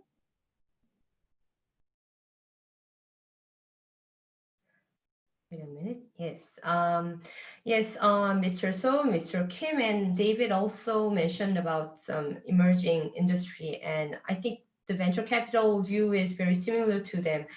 And for me, I think first of all, biohealthcare continues to be an area of interest. And we know that South Korea was one of the first countries to be infected by COVID-19. And so we had head starts on diagnosis for the virus. And so many of the PCR tests and IVD tests made in Korea were used worldwide, and the export is increasing very much so. But not only the traditional diagnostic companies, but also some AI startups are helping diagnose COVID-19. And one of my portfolio, Lunit, has been developing Lunit Insight checks X-ray for clinical decision supporting system. And their software, they made it scans thoracic X-rays and spot the signs of different conditions and infections such as tuberculosis and pneumonia, including some link to COVID-19. And this is widely used in Brazil, Belgium, and France, and other Southeast Asia countries. And these countries have a lack of radiology doctors, and these countries have lacks of some systems to detect virus by PCR, which does take only 6 hours in Korea, but in France, it takes like a week. So they use the Lunit Insight at ER triage to find patients with pneumonia infected by COVID-19. And it is, I think it's very important to pay some our attentions to the new types of technology being developed in this area. So I'm still keep eyes on those kinds of AI clinical decision supporting system startups, and also the traditional diagnostic companies are listed in Korea, and those companies are growing very fast. So I think we have some investment opportunity on those kinds of industry. And for the general area that I think that I'm very interested about is auto business and e-learning, like educations and travel. During COVID, we saw a lot of auto companies rise in business. For example, my mom didn't use Coupang for years. I already recommend her, but she don't know how to use it. But after COVID-19, she installed the app and using coupon for shopping. And companies are such as Coupang and Baemin are at the forefront of these sectors, and people staying at home and going out less. More of these consumers' activities has been online, and so it became a large part of our lifestyle. So we foresee those kind of industries become more prevalent. And you told me that I am Miss Moon, but actually I have 3 kids. And for me, this COVID-19 pandemic situation makes many moms angry. I hope many moms agree with me. And education is one industry that we saw a lot of change during COVID-19. I agree that online education cannot replace the offline education. There are many roles on school and offline education because the kids have to make some relationship with other friends and going outside with they take some sports activities or doing some group activities, and that is very important. But I think the school and education did not change for like 20 years to 30 years, and schools have to change using those new technology for educations. And students at home would have to find a way to get some same quality of education as they would in classrooms. So I think there is many opportunities for some online educations, and I find I try to find those kind of startups. And I think that the travel industry will go back before COVID-19 after we make some diagnosis, some vaccines or treatment. Some did not agree with me, but I think that once if you once travel, then you cannot stop it. And I think the travel industry is facing a lot of problems now due to COVID-19 because we stop transport, and of course we cannot move to other countries. But I think that vaccines and treatments are being developed, and after that we foresee the travel industry increasing explosively because people want to travel. Like me, I just want to go outside, but I cannot go right now. So we are planning to invest in some companies with the most potential in this industry, and because we did not sign on those companies, I cannot say it, but yeah, I think those 4 industries like biohealthcare, online to offline, and e-learning or some kinds of educations and travel. I think those industry is, I focus on the investment on those industry. Thank you. The reason I call you Miss Moon is because I wanted to make sure that you look young, and also to make sure to use gender neutral expression. And I cannot live without Coupang myself either. But thank you. But before we move on to Ruchira, I just wanted to ask you a very difficult question. When do you think the vaccine will come out, since you are closely watching that area? Actually, the U.S. government pushed some vaccine companies, and they make some regulation they make the fast track to make the vaccine. But vaccine, the very important thing of vaccine is they should proven the safety, not the efficacy. They need the safety, and that is not really, that's very hard area to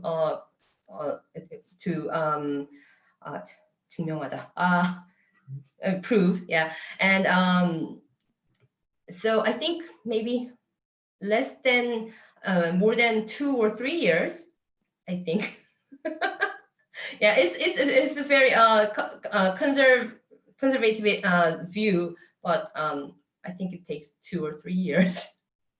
Not Okay, this year or not next year. I think the end of next year or maybe the 2022. I found this on the web. Okay, thank you, Ms. Moon, and I hope you are wrong about the timing of the vaccine development. But okay, Ruchira, do you also agree with Ms. Moon in terms of the focus sectors? She mentioned basically bio, healthcare sector, O2O, education, travel. So what do you see, Ruchira?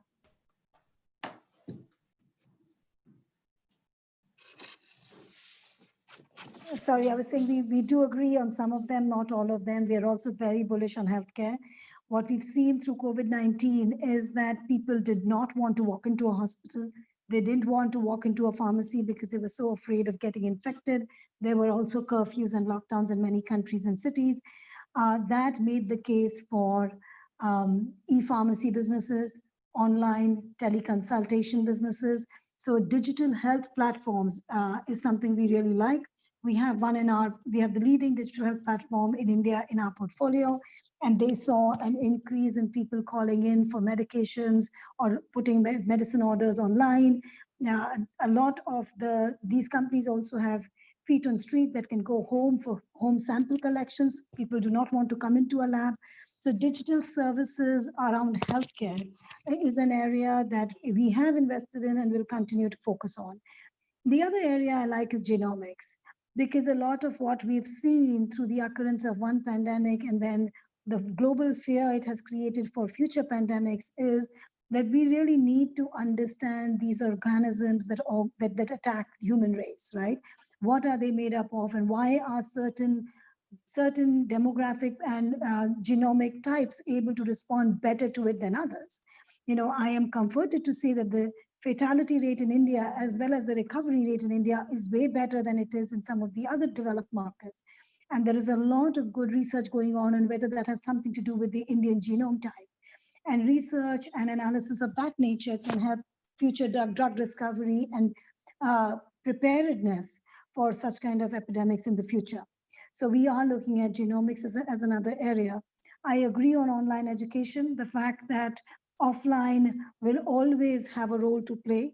But in times like these, with digital tools and solutions available, schools have to change how they've been delivering education.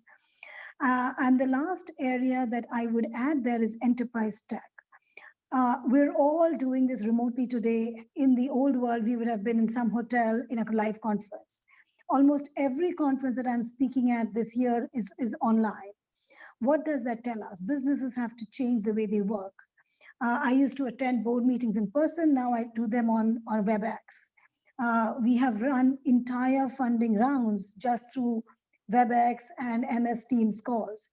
Enterprises have to change their way to work so that physical presence becomes less relevant. And that would mean smarter enterprises, smarter software that helps enterprise processes. So another area that we are focusing on is enterprise tech and smart enterprise technologies, which is AI-based software solutions for enterprise productivity and processing.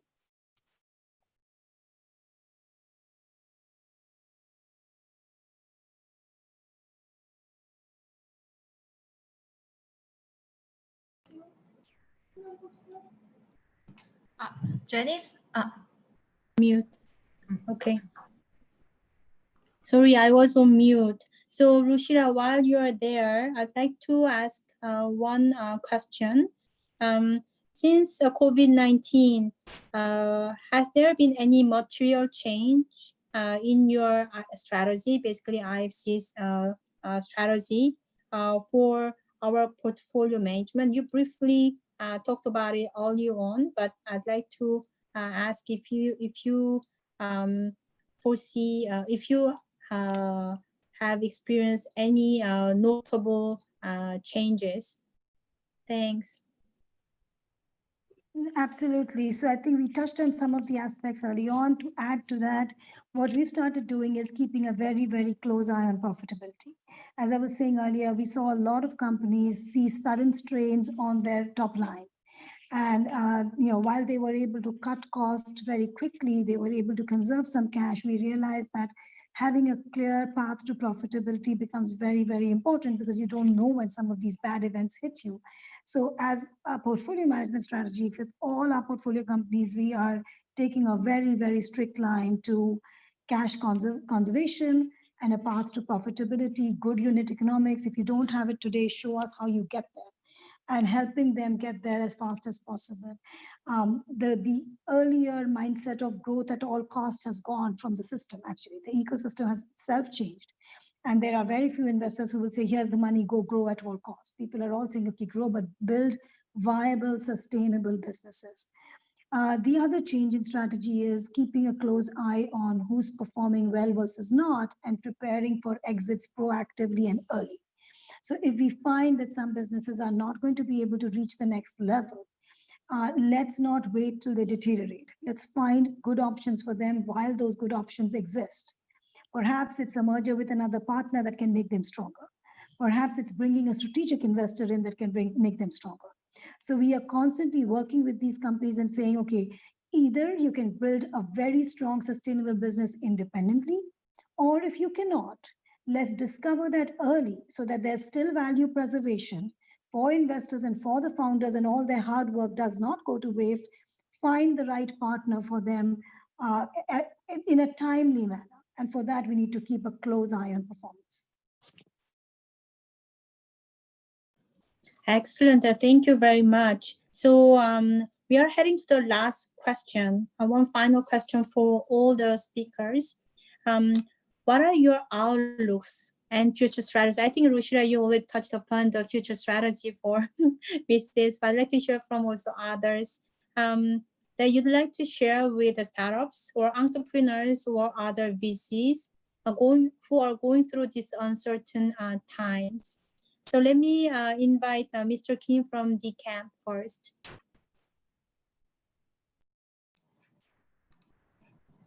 Yes.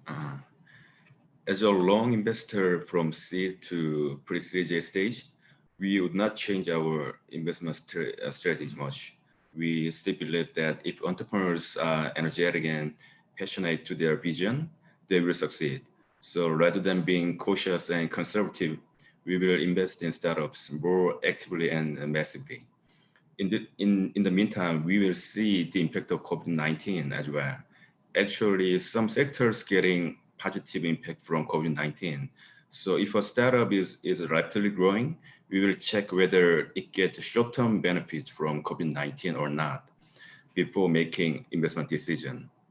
And there are some sectors where strongly affected by COVID-19. I think it would be hard for those sectors to get back to pre-corona conditions, even if coronavirus disappear after. So we are interested in those sectors, for example, virtual or remote stuff business, and e-commerce, and even offline business. Especially, I think deep technology will be developed continuously, regardless of any other obstacles. So we continue to be interested in deep tech sectors and invest in those sectors. Thank you, Mr. Kim. Eugene?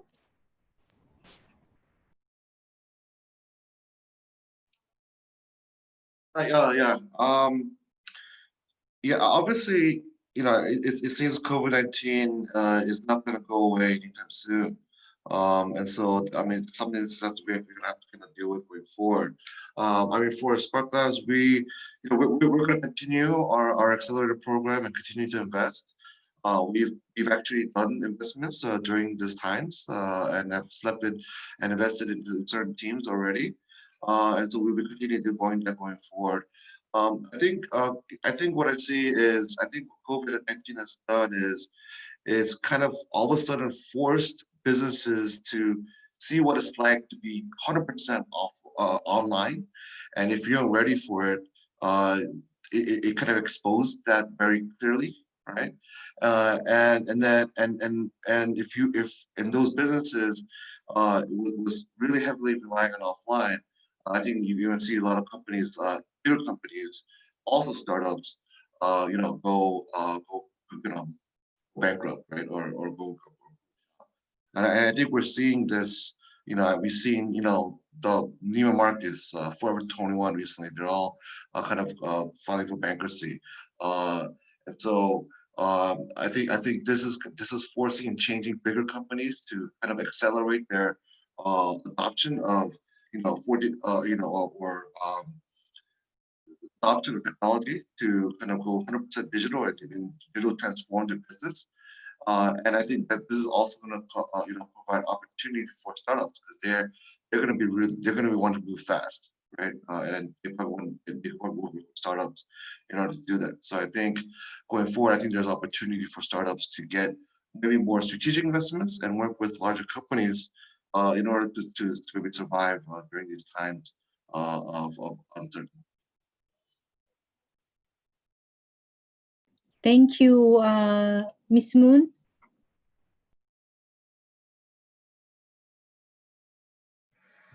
Yes, yes, there must be some changes after this pandemic. And I think that many new technology will adapt in conservative industry such as healthcare and education. And I hope many startups make disruption in this conservative industry during this pandemic. And we will keep investing with some kinds of these startups with eager. And I told before that it will take more than 2 years to make vaccines for COVID-19, and after then the travel industry will increase explosively. So even if in Korea things starts to look better, please still maintain social distancing. And until then, I hope everyone stays safe and wear, wait a minute, mask. Thank you, Ms. Moon. So Ruchira, we heard from you, but if you'd like to add any final thoughts, please go ahead, Ruchira. Yes, my outlook is I'm cautiously optimistic. I'm hoping that, while there is eventually these COVID numbers will go down, there is talk about a second wave in the fall or in the winter times. Perhaps there could be one, but I think with every passing month, all countries, all markets are becoming better. Governments are becoming better at dealing with it. Our healthcare service providers are becoming used to handling this and can handle this better. So I'm optimistic that by this time next year, mid of next calendar year, we should be in a good position.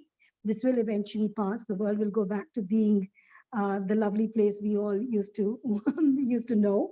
And I agree with Ms. Moon that we will end up going back to travel, going back to doing the things the way we used to.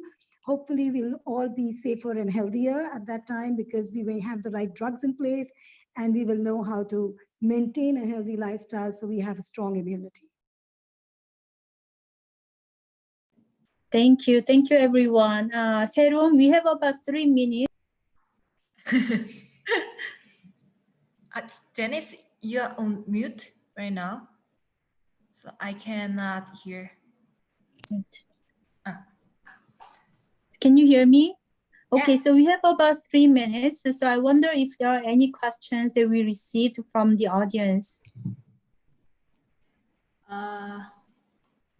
I think it's all questions is covered by panel discussion. So how about? Okay, perfect. Then let me just quickly conclude. Not all looks so bad as all the speakers talk about. I think we'll continue to have a bumpy road ahead with all the uncertainty created by COVID-19.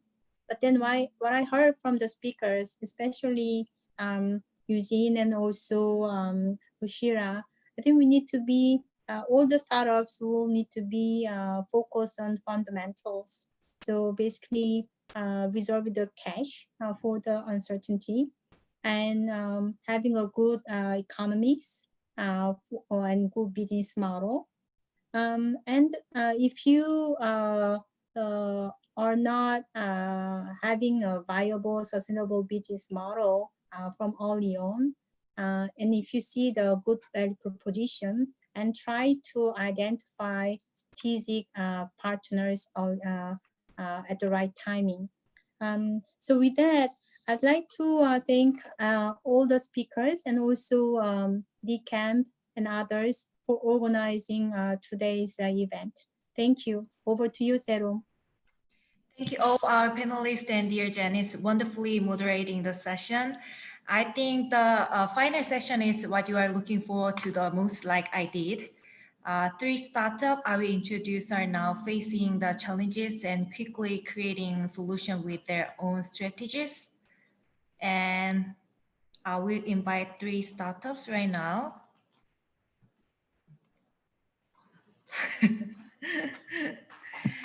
And I would like to introduce Eugene Che, CEO of Classum. Hello. And next, Kiwan Kim, CEO from MediHere.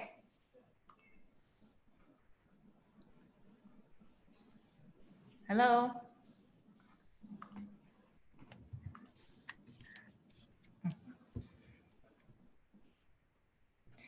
And and then the third one is Seung Kim, CEO from Awesomely. And then let's get started with Classum.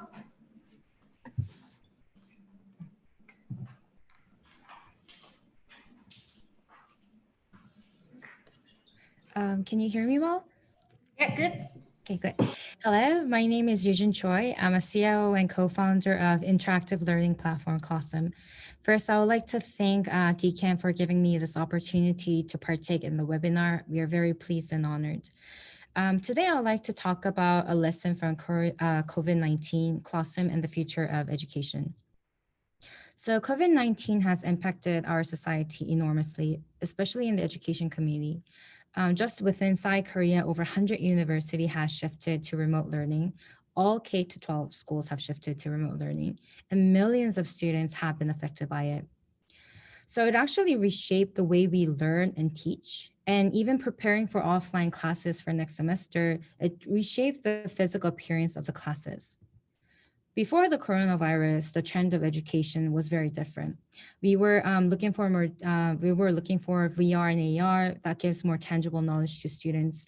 We actually shifted the classrooms physically to a smart class where students can be immersed into the classrooms more. However, after the coronavirus, we realized that we need something very urgent, realistic, where every student can use it in their household and that we feel more connected and that it gives more interaction. So what we were looking for was to have an interface where students can interact with each other with already existing device and to give quality education. But if you think about it, online learning, online communication has already existed before coronavirus. But why was the tools that already existed did not work for us when we shifted to remote learning? So let's take a look at some of the tools that we have used. So first, email. If you enter a university, the first thing that you write to your professor is email. And when you Google how to write email to a professor, there's millions of results on how to do it. Students actually have a hard time formatting them, writing titles to just ask a simple question. So the schools have provided something called Learning Management System, LMS. They have a class discussion board where students can communicate or communicate with each other or the teachers. However, it's outdated in their UI UX in early 2000, and it's not very much different from the emails that you saw before. So let's take a look at the people who are actually using the services. So as we have mentioned before in the previous talks, we are very different from the generations before us. We are called the MZ generation, the generation of millennials, the Z generations. But the people who are actually making these tools are the baby boomers and the Generation X. Our way of expectation to the services are very different. We want something that is real time, simple and intuitive, and that is personalized for us.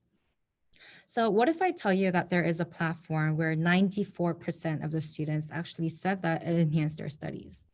Well, as you have already guessed, this is the story of Classum. So back in 2016, we started as a pilot study. We used it with the already existing chat room platform, where it was a student-based project. We let students just voluntarily participate in, and we saw hundreds of results of students' feedback being so positive. And we took the initiative of that we wanted to change the way we learn. And we've made a platform called Classroom in 2017.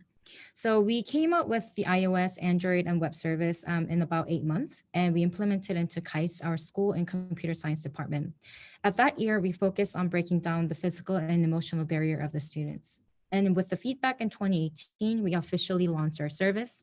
And in 2019, we have updated our service into Classroom 3.0. Why don't we take a quick look at it? So Classroom is something that we wanted to make your class perfect. It's very simple.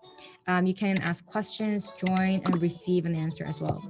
So when the problem is solved, you can say it's solved. You can click the questions you're interested in and click curious, and we'll be able to give you the response of it so you don't miss it.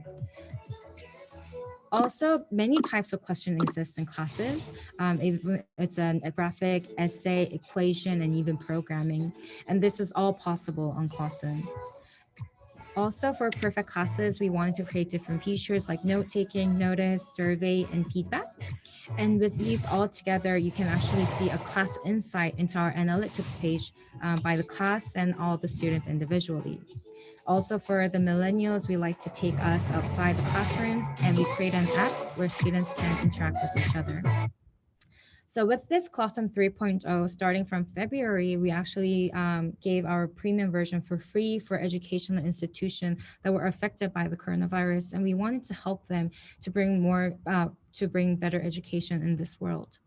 So in 2018, we started just inside Korea, and after in June 2020, Classroom is used over by 19 countries and over 1,500 institutions.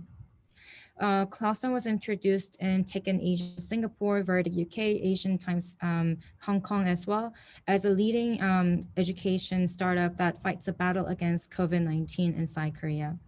We not only want to help Korean universities and institutions, we also want to help out the nearby Asian regions and help them bring better education of those who are affected by the COVID-19. So why was Classroom so successful in bringing Shiftly providing them to have an offline class to an online class is because we focused on interaction back in 2016. So you have to remember that we actually have implemented this into the offline class first, and now in online classes, we can Shiftly change in that. So we wanted to boost, manage, and analyze interaction. So I'll give you a brief feature introduction of it due to the time limitation. So when the classes are open, they can set the role setting. That means if it's a team project-based classes, students can actually come into the class as an individual teams already. Or if you have a TA, you can set the authorization as well. Also, the class categories are very important. We can give them analytics based on the category. This was done because we wanted to give the teachers, empower them to be able to create their own classes according to how they would like to teach.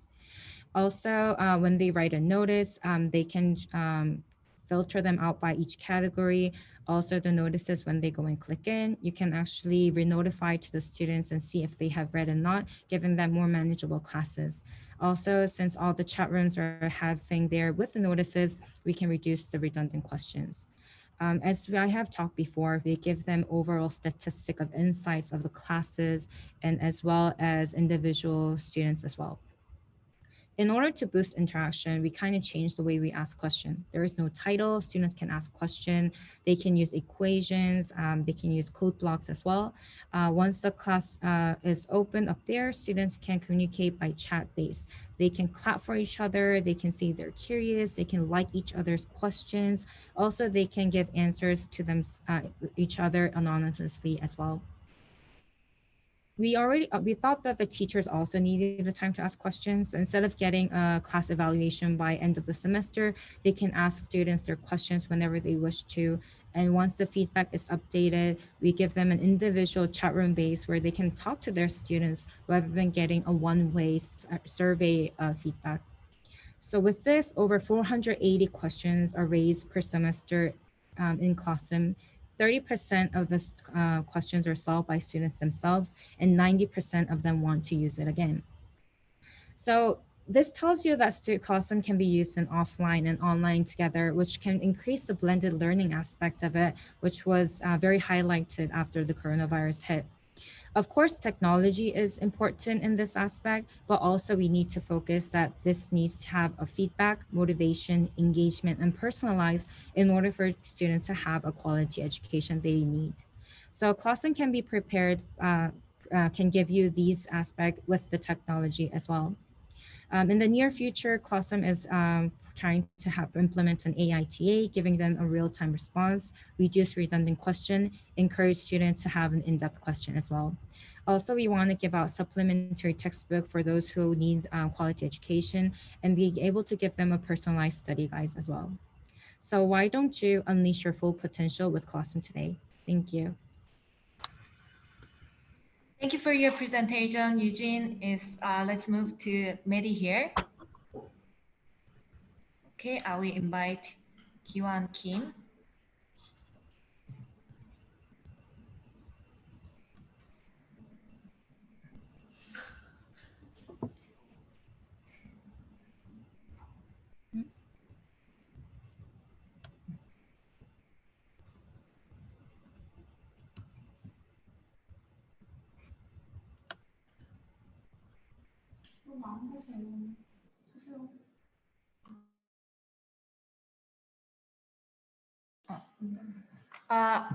Is Kiwan, we sent the message.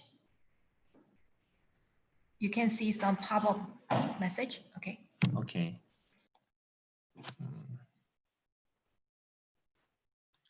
Yeah, please give a second. Yeah.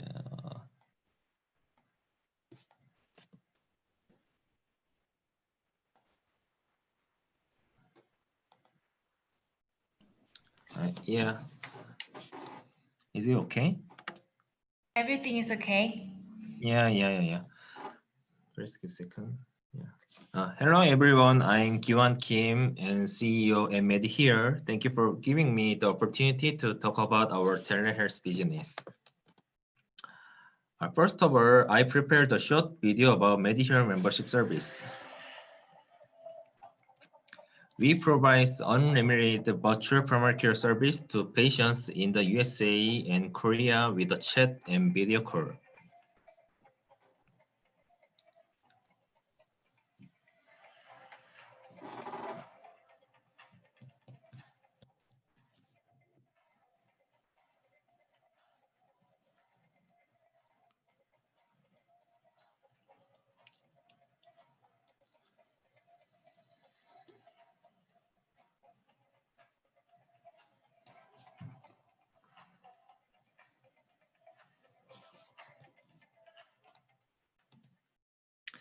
Yeah, in the era of coronavirus, we are trying to solve the three big problems. First is the visiting hospital makes patients concerned about infection of COVID-19.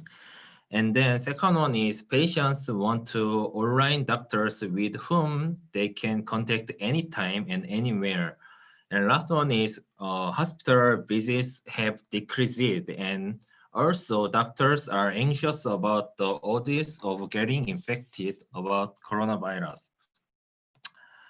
Both patients and doctors need a breakthrough, and Medicare will be the one. We provide the unlimited telehealth membership for patients with primary care physicians.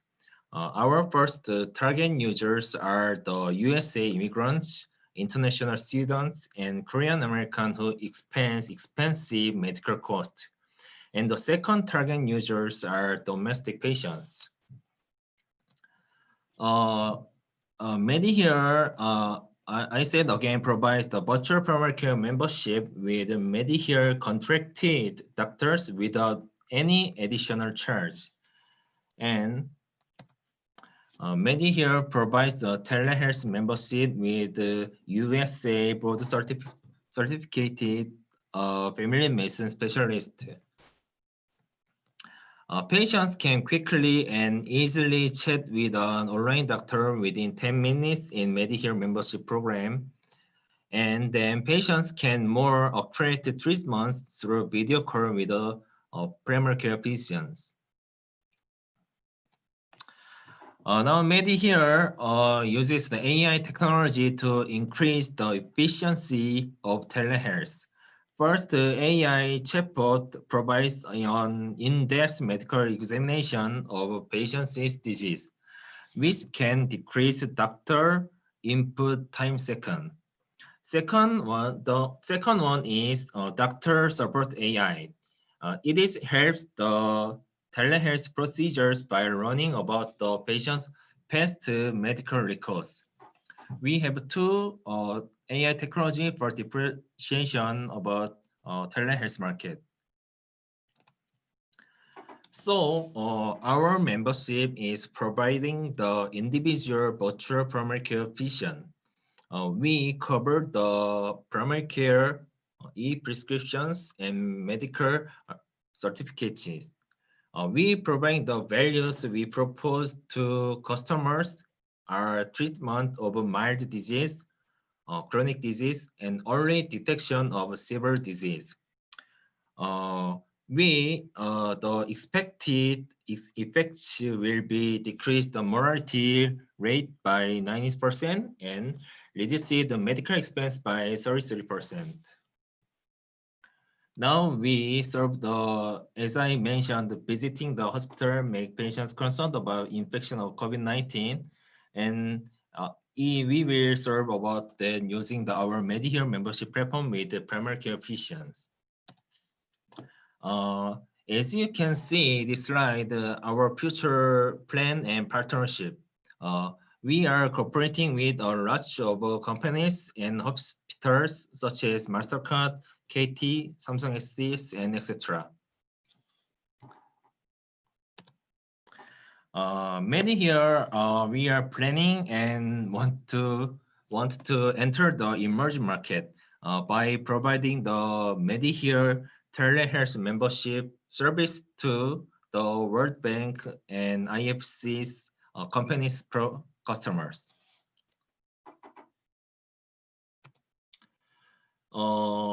Before I finish, I'd like to say that in few years, the idea of receiving medical treatments exclusively at a doctor's office or hospitals will seem quaint.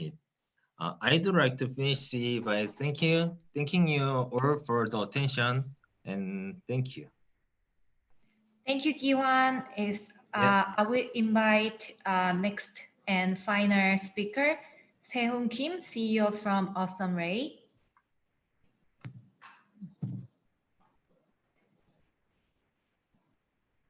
Can you see it?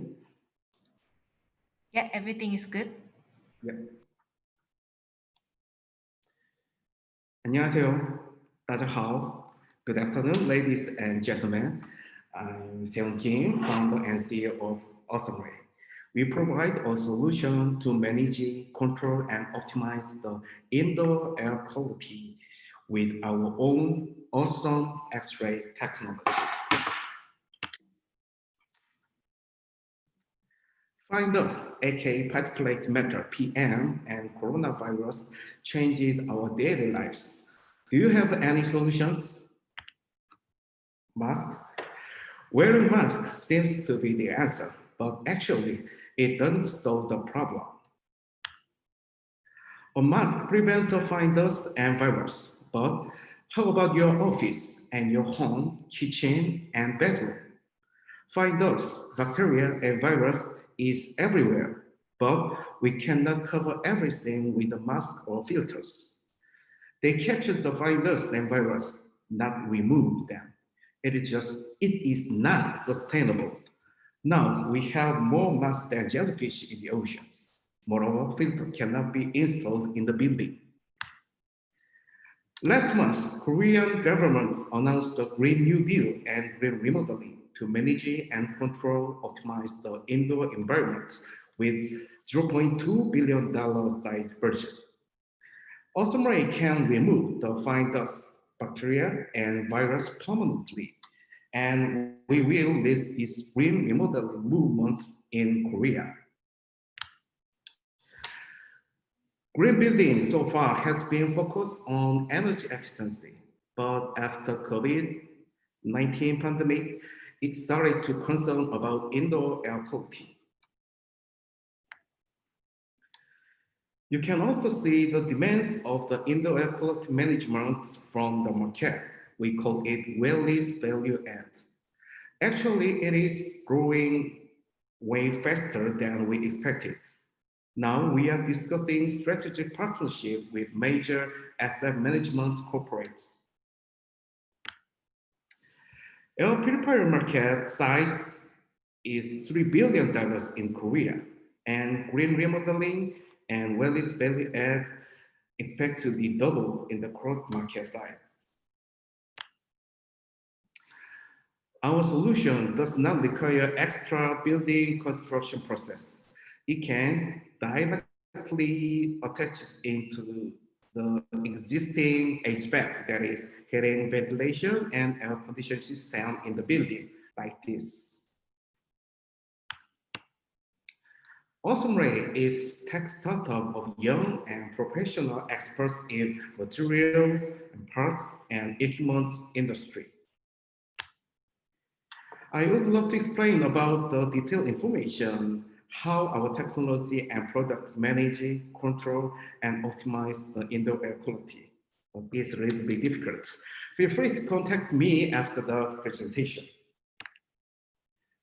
Last month, we installed our module in the building located in the center of Seoul. This shows the process of the installation and result of operating. Our module control indoor air on the 20 of PMW and remove 99.90% of 4 types of bacteria. Our solution will be installed in one of the largest buildings in Seoul, co-living place, D.CAMP, and Samsung Electronic Campus in Siwan soon, including Coast Guard ship. Application will be expanded to the metro station and factories, power plants, and more. And we will produce a smaller module for the mobility and B2C applications. And also, our team are working hard on applying our solution to water quality management and security and industrial imaging and medical imaging. AwesomeRay was founded in 2008 by 5 PhD and raised $7 million from major VCs in Korea. And we partnership with the hospitals and national institutes and building and engineering companies like this. Our goal is secure, safe every day for everyone. You are welcome to discuss potential partnership with us. Thank you. Thank you, Seun. Okay, now that we have run through, now that we have run through the last 2 hours and completed all the session we prepared for today, I hope everyone stayed safe and find new opportunity plus meaningful insight from today. I'd like to call all speakers and panelists for today's webinar. Everyone is there.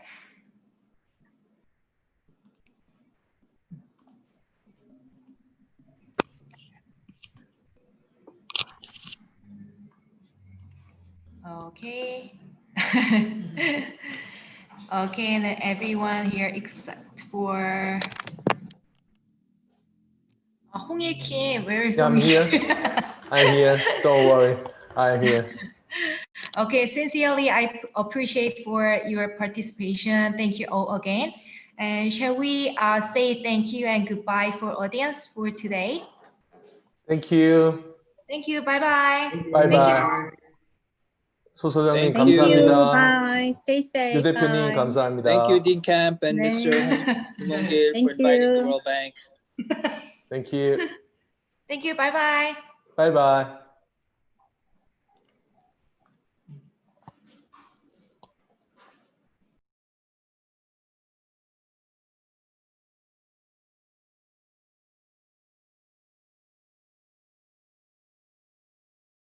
약간 스케줄 해보긴 했는데.